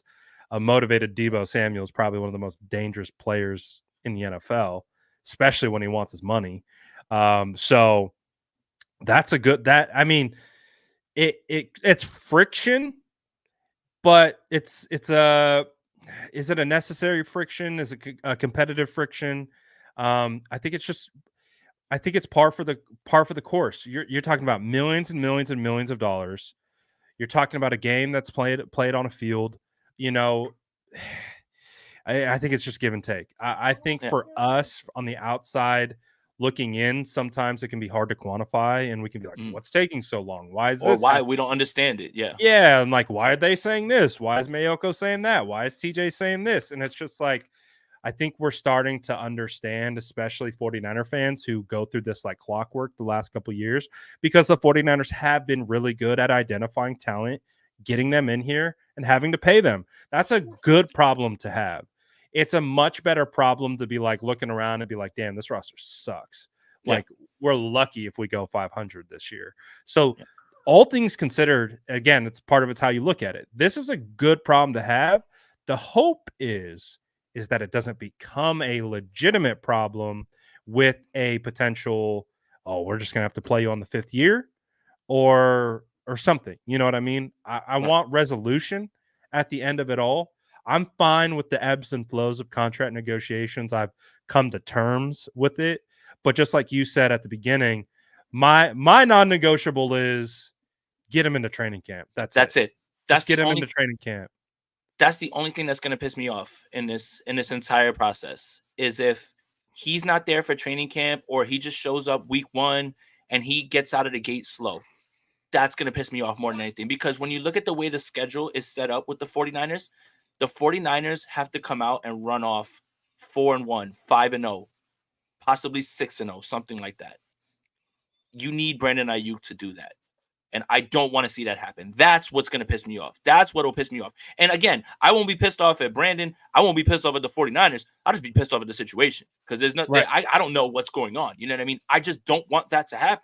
That's my biggest fear. Is I'm not pissed at Brandon. I'm not pissed at the Niners. I'm just going to be pissed.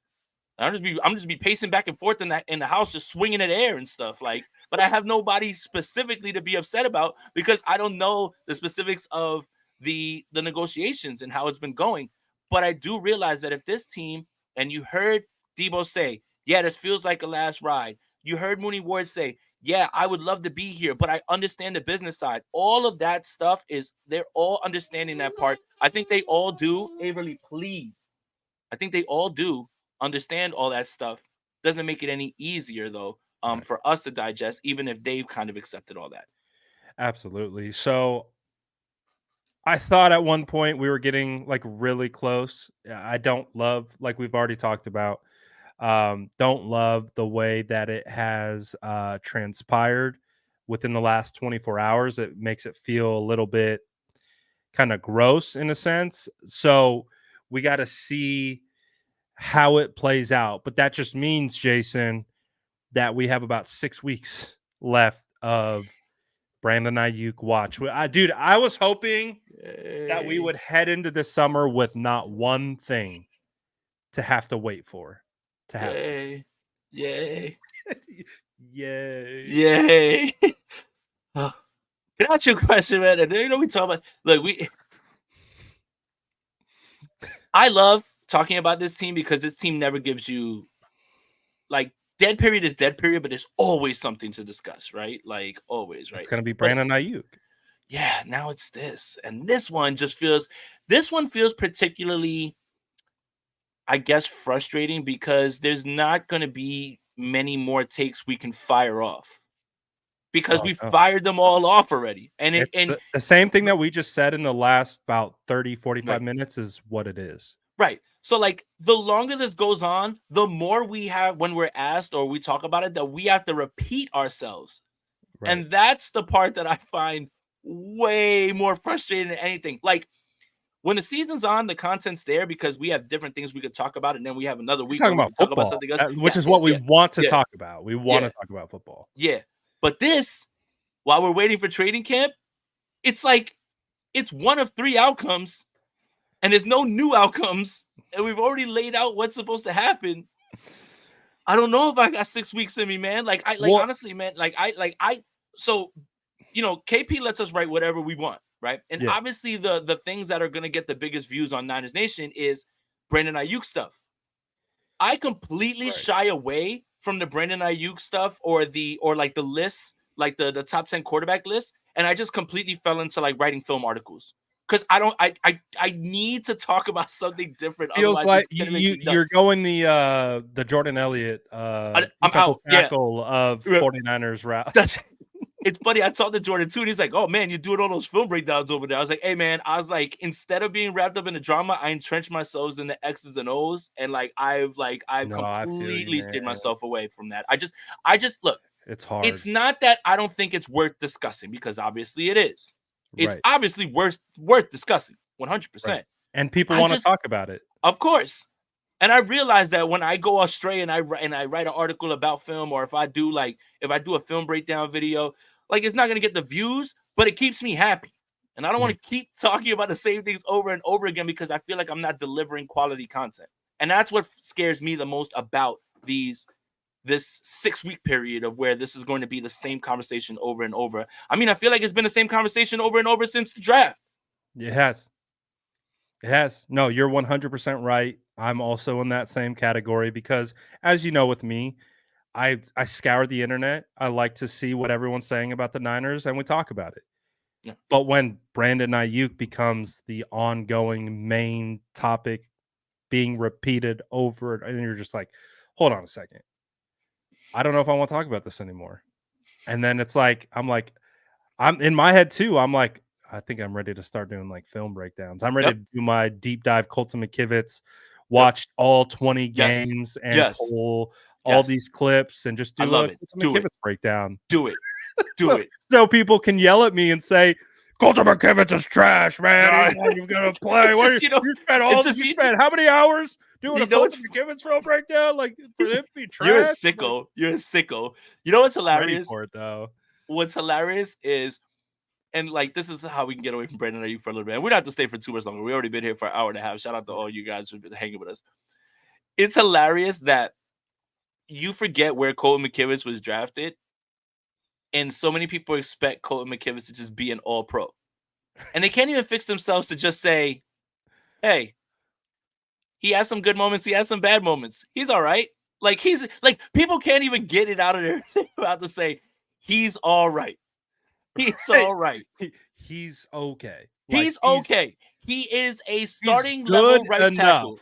Yeah, to he's a start. starting level right tackle. Like people can't even fix their mouth to say that. Because I'll tell you this, there's a lot of teams on the offense in that their offensive line would love to have Colton McKivitz a right tackle, man. And that just speaks to like where their offensive line is too. But like that's kind of what Chris Forrester was talking about. Was just like your expectations should be relative to the player and his talent. Right? Like you expecting Colton McKivitz to turn into an all-pro is crazy. Now, if you don't want Colton McKivitz to be there, that's something completely different. And I get that 100%. Like 100%. Like I can understand that argument 100%. People want to upgrade the right tackle position. Right. They want the shiny toy opposite of Trent Williams. And when you have a draft where it was all these right tackles, like of course, like I understand your frustration, right? Like you have to like now understand that this is the way they're thinking. And to be honest, I've got to take a I'm wrong lap. Because remember when they signed Colton McKivitz and I just said, well, I would have a hard time figuring out whether they would draft somebody and they would just run it back with this line. No. Like they're like, yeah, man, we're just running it back with this line. So I'm hand up. I could see it from a mile away. I was like, bro, they're gonna run it back. They like Colton. He's cheap. I tried to put an optimistic like face on it and say you're trying to save the psyche of everyone who was like right. Like I was just trying to say that wanting a new tackle. I believe worst case scenario would be that they were gonna run it back with this team that made the Super Bowl and were moments away from it. But my goodness, they were just like, nah, like run it back, revenge tour. They're like, oh, Kingsley Suamataia. Hey Chiefs, hey Chiefs, come on up. Oh, the team that just beat us in the Super Bowl and a tackle that a lot of 49er fans really like. Come on down. Yeah. And J10 says Niners Nation should do a piece about how Ricky can evolve the O. I already wrote that, and I did a video about it. So look at Jason, the Austin Rivers look-alike. Sorry, I had to pull it up. He paid for it. So thank you, Jesus or Jesus. Had to do it. I've been squatting on some of these super chats. Says Brad Jason. Where do you rank BA amongst the NFL wide receivers? That feels like it could be a whole episode between you and I. I was trying to be quiet so you could start. So I was like, let me keep sipping. I was like, let me keep. I mean, I have him probably kind of in the bottom 10 range. I think like, 10 to 12. And that's without a list in front of me of seeing every single name. 10 to 12 is absolutely fair. Absolutely. He's a wide receiver 1 in fantasy, bottom level wide receiver 1. I would say that matches his in real life ranking as well. 10 to 12 with a ceiling to do more if he was given the ball more. Oh, he has a top 5 ceiling if he was on a different team. Correct. But when you take into account situation and his usage and production and all that stuff, and this year he was incredible. It's hard to push him up. And I think, again, that's part of the frustrations with his negotiation is, you're probably throwing my numbers back at me, but whose fault is that? Throw me the ball more. Yeah. Get me So that's the involved. tough spot. Right. Get me the ball. I'm a wide receiver one. Use me like it. Oh, see, that's another reason why I want this to get done. I feel like Brock's gonna be cooking much. We already know Brock's game is suited for Aiyuk style, but I even think more so next season, Brock is gonna be pushing the ball downfield even more. And then And it's like you want BA there for that. You need him there for that. what did you say? You said it during the year while it was happening. Yeah. Brandon Aiyuk is getting paid by Brock Purdy. Yeah. Brock Purdy is helping Brandon Aiyuk get paid at this very moment. Mm-hmm. So, Because imagine if Jimmy Garoppolo is a quarterback. Aiyuk ain't sniffing. We'd be talking Jerry Judy. We'd be talking Jerry Judy money. they would be paying him based on just like his talent and no production, right? Like Yeah, this he wouldn't past have season, right? Jimmy. This season would have been perfect, but it's got to be frustrating for him to have them throw the production back at him, and him be like, "Well, whose fault is that?" And it's like the 49ers are the dude in the hot dog costume. We're all trying to find the guy who did this. You know, like it's you. Like it's literally you. It's you. It's you. He's like, someone drove a hot dog truck in here. And he's like, yeah, come on. Somebody fess up. We won't even be mad. And they're just looking at him. They're like, yeah, that's you. It's like the 49ers are like, well, look at your production. And he's probably sitting in that room with his head spinning like, throw me the ball more. Oh, man. Yeah, BA has top 5 upside. That's the thing. That's what, like you keep talking about, his situation almost makes it more difficult because they like to use. That's the thing. They're using Tim facts. Robinson. Ryan They're said using Tim facts. Robinson. That's it. I think you should leave as the show. My bad. Go ahead. They're using facts, not hypothetical situations, right? Right. That's part of it. But BA's like, I don't understand this. I know that it's you know how like there used to be like those like conspiracy theories of like, oh, they're keeping his numbers down so they can go to like the contract room, right? Like, and it's like, not that I'm saying they're doing it on purpose, but like based on the system, the way that, and then you have all these other guys that you got to get the ball to, right? Like it's not like BA is the only guy and they're just refusing to throw the ball like they're like the Atlanta Falcons or something. Like it's not that. They just throw the ball at the bottom of the league, and they throw Christian McCaffrey 80 balls, and they throw the ball to Kittle, and they throw the ball to Debo, and the game like, plan changes week to week. It's not right, and they run the football no matter what. Right, and they run the football. So it's like, I feel Aiyuk, I feel where the Niners are coming from, but the situation is what's dictating his usage. But if he got an uptick, then he would be able to just go straight to them and say, listen, it's out of my hands. This is the amount of money, and you see what I'm doing on the field. Like, I have the numbers to back it up. I hope that the YPA, they land on 28 per year, 4-year deal. I wonder if the problem is guaranteed money, because what did Waddle get? Like 72? 72, right? And I think that's, again, I think that messed it up. How can Brandon Aiyuk look at that? And they have the same amount of they have the same numbers, right? Except Waddle is the wide receiver 2. They run the ball in Miami. How could he look at that and say, a wide receiver 2 who didn't put up the numbers that I did just got this? I am the wide receiver 1 here, and I had better numbers. How do I not look at that and say that is like that's and it's fair. Market. It's the market. It's the market. Because I think you probably could have got BA at one point for mid 60s, maybe mid to high guaranteed 60s. But the second Waddle gets paid, well, that's the market. That's the new rate for between Waddle and Amon-Ra. And even Amon-Ra, I don't think he got that much guaranteed money. No, he didn't. It just looked bad when they first started. He had a dummy year. Right. When it first started, and 30. When those numbers first came out, it scared everyone. But when you saw the contract breakdown, it's actually not bad at all. Like, it's not bad at all. It's that last year's the dummy year, and it raised the price of everything. Right. And It that's for raised the show. optics of it. Yeah. Right. That's for Something show. I learned. I've learned a lot about the dummy year this this offseason. I wasn't really fully aware of it. But apparently that's how they get to these optics, right? Of being the highest paid. Sometimes it's a 3-year deal disguised as a 4, and the 4 is just a complete dummy in order to get the YPA up. And again, that's why we always knew the guaranteed money was where we need to pay attention to, but that makes more sense to me. Like, it makes more Yeah. sense to me that understanding the dummy year and why it's used and what they use it for, I'm like, okay, well, that makes sense. And So, it's not like when Amon-Ra got that contract or Devonta Smith got that contract that Brandon Aiyuk was like, oh damn, well maybe I can. Like they already were like talking that number. Like yeah, that's what those didn't I move, don't man. think the number has changed, No, really. I think no, it's just been we're justifying our ask now. yeah, See, yeah, we were yeah. projecting it, but now maybe it's like, well, maybe a little bit more guaranteed is required. But we'll see how it goes. Britt says we badly need a BA for another Super Bowl For this year, run. 100%. Yeah, absolutely. For this year, 100%.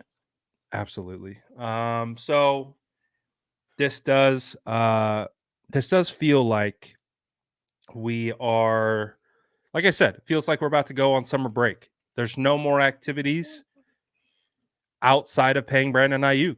That's really the last thing we got. I can't think of anything else until training camp, unless I'm forgetting something. But I know for a fact there's no team No, activities. The team no. activities are done. No, just training camp.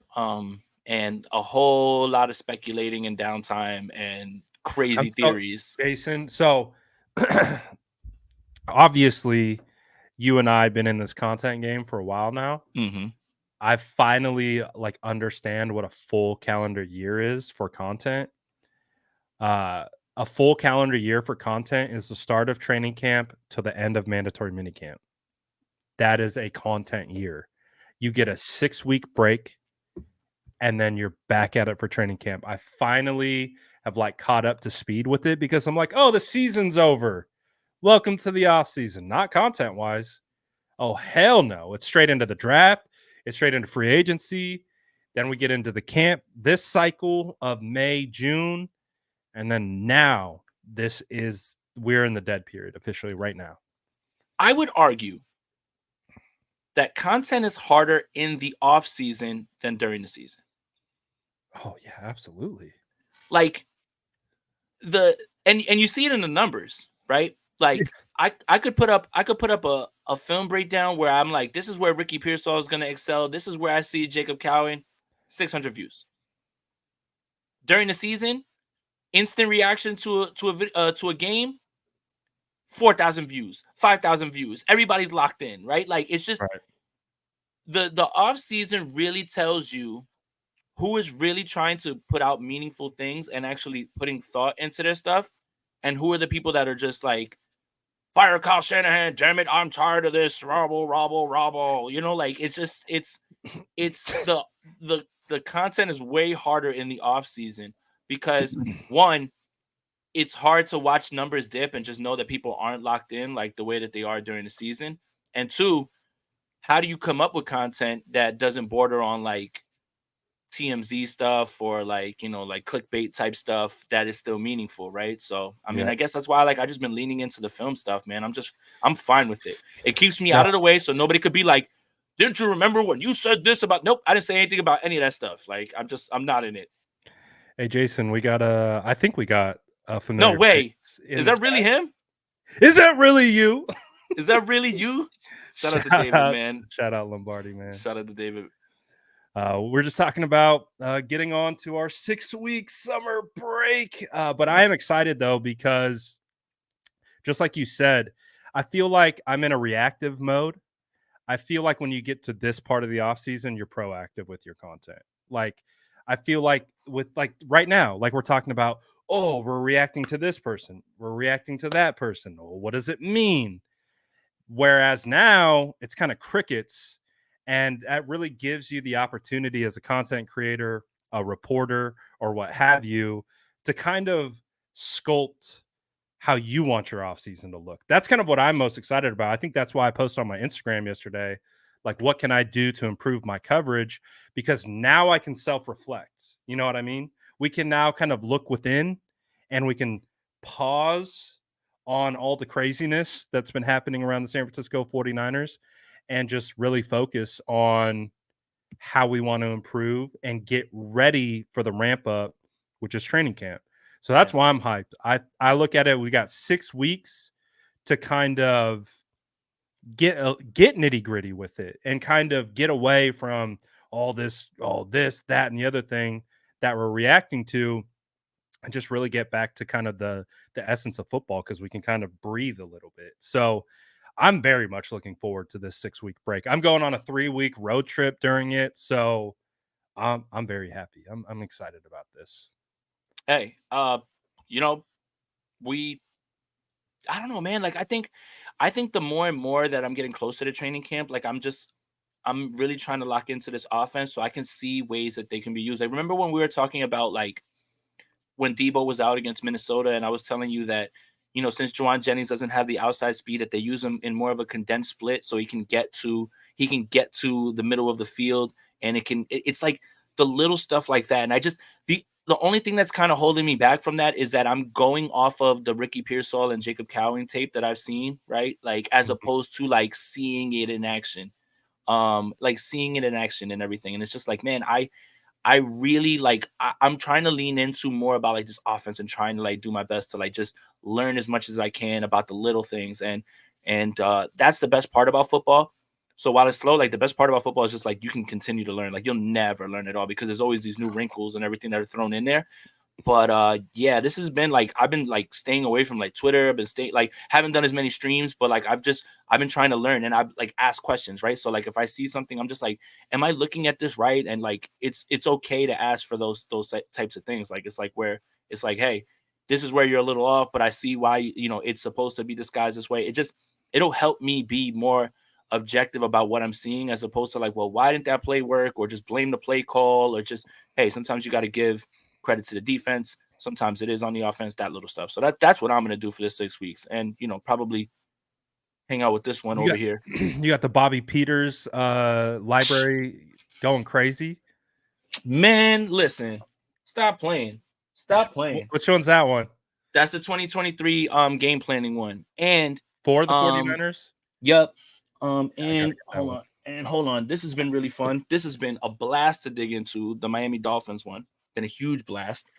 And then wait, I got one more. This is the 2022 one. The thing is with these books is that they're all in tandem, right? Like, you read one, you got to read the next, and all of it like starts to really make sense. That's right. You told me that I have to start with 2019, right? Is that the year? And then this is the 2019 one is this one. The big one. Look, this is the glossary of like the playbook. That's the big boy, and all that stuff is in there. And when you get to that, and then you do the 2022, which just like it doesn't have the glossary of terms because you should have already read that one. Like, and then the he's not like explaining in detail. He's just referencing. He just goes right back to it. Like, he goes, like, if he's talking about, like, for instance, in one of my articles I put in there, outside zone, strong lead, like, when he talks about the tags in there, he's already explained it all in the 2019 book. So he's not going to go back and like waste pages. Like, these are more just like pile on books. This one's the Detroit Lions. Do you have 2019 film? Yeah. Oh. 2019 film is really fun to get into because you see, that would be really fun to look back at, to be honest. Right. And that's what I was going to say. It's like, you see all the ways that they've created explosive plays, like and then you're like, oh, wait, but then the personnel changes, right? You get Aiyuk, and then you get like upgraded Debo. And then you're like, yeah, Mostert was great, but look what McCaffrey can do. Like, so it's like all the seeds of like all this explosive offense that has been there, and they do find ways. It's evolved a lot, right? It has little by little, right? So like even something like in the Dolphins book that like kind of, it was a simple dagger concept, which is like a big, it's like a big over route, like with Tyreek Hill, but Mike McDaniel, he adds the speed motion. And like he had and then he added like on the backside like a shallow route, and I'm just like, man, I'm like, and you see the defense is just scrambling, and I'm like, bro, like just these little things like that they're just like adding on, like. And then this is the year before Dolphin book, So that one piles onto that one, and they just came out with a Ravens book and a Texans book, which I cannot wait to get into this Texans book. Yeah, the CJ Stroud stuff, I'm through the roof, like trying to I cannot wait to get through it. I watched all it was probably felt like a 7-minute clip. I don't remember, but I watched a clip of all of the big time throws that CJ Stroud made last year. I was like, damn, I thought I was familiar with your game, but I don't think I was familiar with your game. That dude is good. Man, and so much of that stuff is yes, it's Bobby Slowick, 100%. Like, like again, like the evolution, but it's just like him seeing it and then ripping it. And it's bro. like, yeah, it's and the ball just goes. Like it looks Yeah. like it's no more effort than like what Brock would do, but the ball just Yeah. is on it's a piss missile, as they would say. It just But yeah, so yeah, that's what I've been like. If you've noticed, like I've like stepped back from like doing streams altogether. It's just like I have a hard time like talking about, and it's hard for me to like talk about like stuff that's happening at like minicamp because I'm not there. Like I have no eyes on it. You know what I mean? no, Like that's the toughest part. It's like I want to right? give you guys like updates from Mhm. there, but it's also it's like I just don't want to come on Mhm. here. And And I say, think listen, Lombardi Lombardi came was in. I here. watched one Yeah. of his videos, and I Yeah. was like, Lombardi was saying this, and Mhm. so I can only present it that way. Mm. But yeah, that's why I can't wait for the dead period so we can take a breath, I guess, as we continue to monitor this Brandon Aiyuk situation, but then get us ready for training camp coming up where the bullets start flying. And I'm really excited about that because we'll save this conversation for another live, but there's a lot of competition. We kind of, I think we scratched the surface of the offensive line room and the cornerback room and a little bit of the defensive line room. And a little bit, just a little bit, but we could go really in depth for where we think the main competitions are going to be, guys that we think are going to make or surprise on the 53 man. So there's going to be a lot of good stuff to come out of what we can still cook up in regards to content. But as we get ready to embark on the real summer, anything you got cooking up? You vibing? You just chilling? Yeah. Letting it come to you Vibing. naturally? Feeling a lot better. Finding out that Juan Soto is okay. His arm is gonna be okay. The Yankees have been holding me down. They're playing. Hey, look, we can all agree on this, right? The Yankees are playing the Dodgers this weekend, Giants fans. We'll take care of them for you. We got you. I have no comment because I don't watch baseball. So, Dude, I couldn't believe, like, what's crazy is like how many people were just like, "You're a Yankees fan." I'm like, "Where have you been?" Like, of course I am. It's like I always have been. And that weekend, my God, man, the amount of like evil comments, dude. I was just like, my God. I was like, let it out, beloved. I'm like, go ahead, like, go Get spike off. your hair. I was like, my hair doesn't spike, it's curly, dork. Like, I just understand, like, and I was just like, stop Taking crying over a shots. baseball game. My God, man. I was like, Jesus. I was like, I thought we were all Niners fans. How could you root for the Yankees? My father's from the Bronx. What the Dude, hell? I realized really early that you have so many Niners and X random team that you never thought like oh I'm a Niner fan and Timberwolves fan, like Yeah. all right, like cool. I didn't know that Yeah. that And that's combination cool. existed, but good for you. Yeah. Yeah. Like who Go spike cares? your hair. I was like, good Well, one. like I remember, like I would tell when I was a fan of baseball, I'd be like, I'm a Niner and A's fan, and they're like, what? Wait, You're not a Giants fan? And God forbid if you're one of those Lakers Niners fans.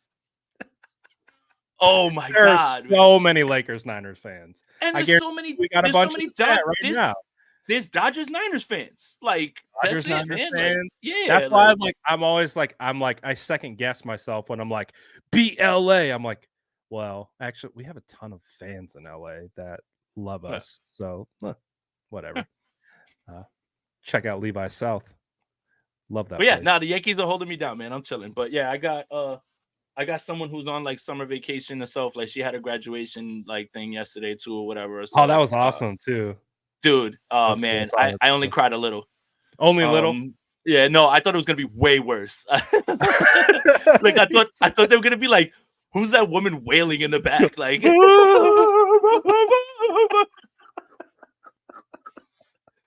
I cried some dunk tears real quick, and I was just like, all right, I'm good. All right. Good job, I'm Averly. good. I was like, I'm good. Good job. I'm like, it's dusty in here, man. Let's go, Averly.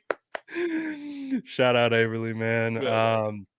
So yeah, we'll enjoy our summer. I think I kind of like what you talked about. Like we're taking it day by day. I don't have any grandiose plans for this summer. Like I said, I'm gonna take a 3-week vacation in there. We'll see what the content looks like, all that good stuff. But I'm excited. I'm excited for this period of time. I'm excited about the way the team's set up. I feel like roster construction wise, there are questions, which is good because we get to training camp and those questions reveal themselves as answers. And that's what makes us interesting is we get to see who rises, who falls, and what it all looks like. Food content. Well, we know Lombardi got you covered with that. Oh but yeah, no, he knows the eats. No, the spots that he pulls. I'm like, dude, I didn't even know that place existed. I don't even know if people would love to follow me around because it's just gonna be me going to like the Chinese restaurant, like and just like getting pizza. It's just Aponte in the bar, basically. Like right, like it's just like me with like here's these chicken tenders that like come with like the free beer here and everything. One thing I wanted to say too, like if you guys haven't checked out on the channel, had like about like a 50-minute conversation with Guy Haberman, a lot of good stuff in there about like what he saw at camp and his thoughts. So yeah, love Guy. Shout out to Guy Haberman. If you didn't get a chance to check that out, that's there as well too. So you can check that out. That was really kind of him to give me like almost an hour of his time earlier today. So if you're looking for other 49ers stuff that happened early this morning, 8 a.m. your time. Guy's a great listen. Oh man, I'm so glad his voice is back too. Oh, it's perfect too. Like, that's why I waited. I was like, I hit him up and I'm like, no, because I hit him up. I was like, hey man, I was like, think we can do a stream? He's like, hell yeah, dude. I was like, you feeling better, right? And he's like, yeah. I was like, all right, you feeling better? Oh, cool. All right, let's go. Let's get it. I was like, let's do it. All right, guys. Almost a 2-hour stream. But it's always effortless when we're doing it with our guy, Jason Aponte. Make sure you go sub to his channel. We're streaming on both right now. Like and sub to both channels. And like we said, it's summertime. There's still going to be content, but I think it's going to be more intentional content. I think from both of us. And I think I'm excited about that the most because there is a function that is reactionary. And I'm excited to get into more thought-provoking content and all that good stuff. So Tony says, thank you, gents. Happy summer. Happy summer to all you 49er fans. Appreciate you guys, as always, for tapping in with both of us. Grab your cookies on the way out. Smash that like button, all that good stuff. You know the vibes. I don't need to tell you. But that's Jason. I'm Brad. And we're out of here for now. Peace. That's Jason Aponte. I'm Brad Graham. We're going to get into it all right now.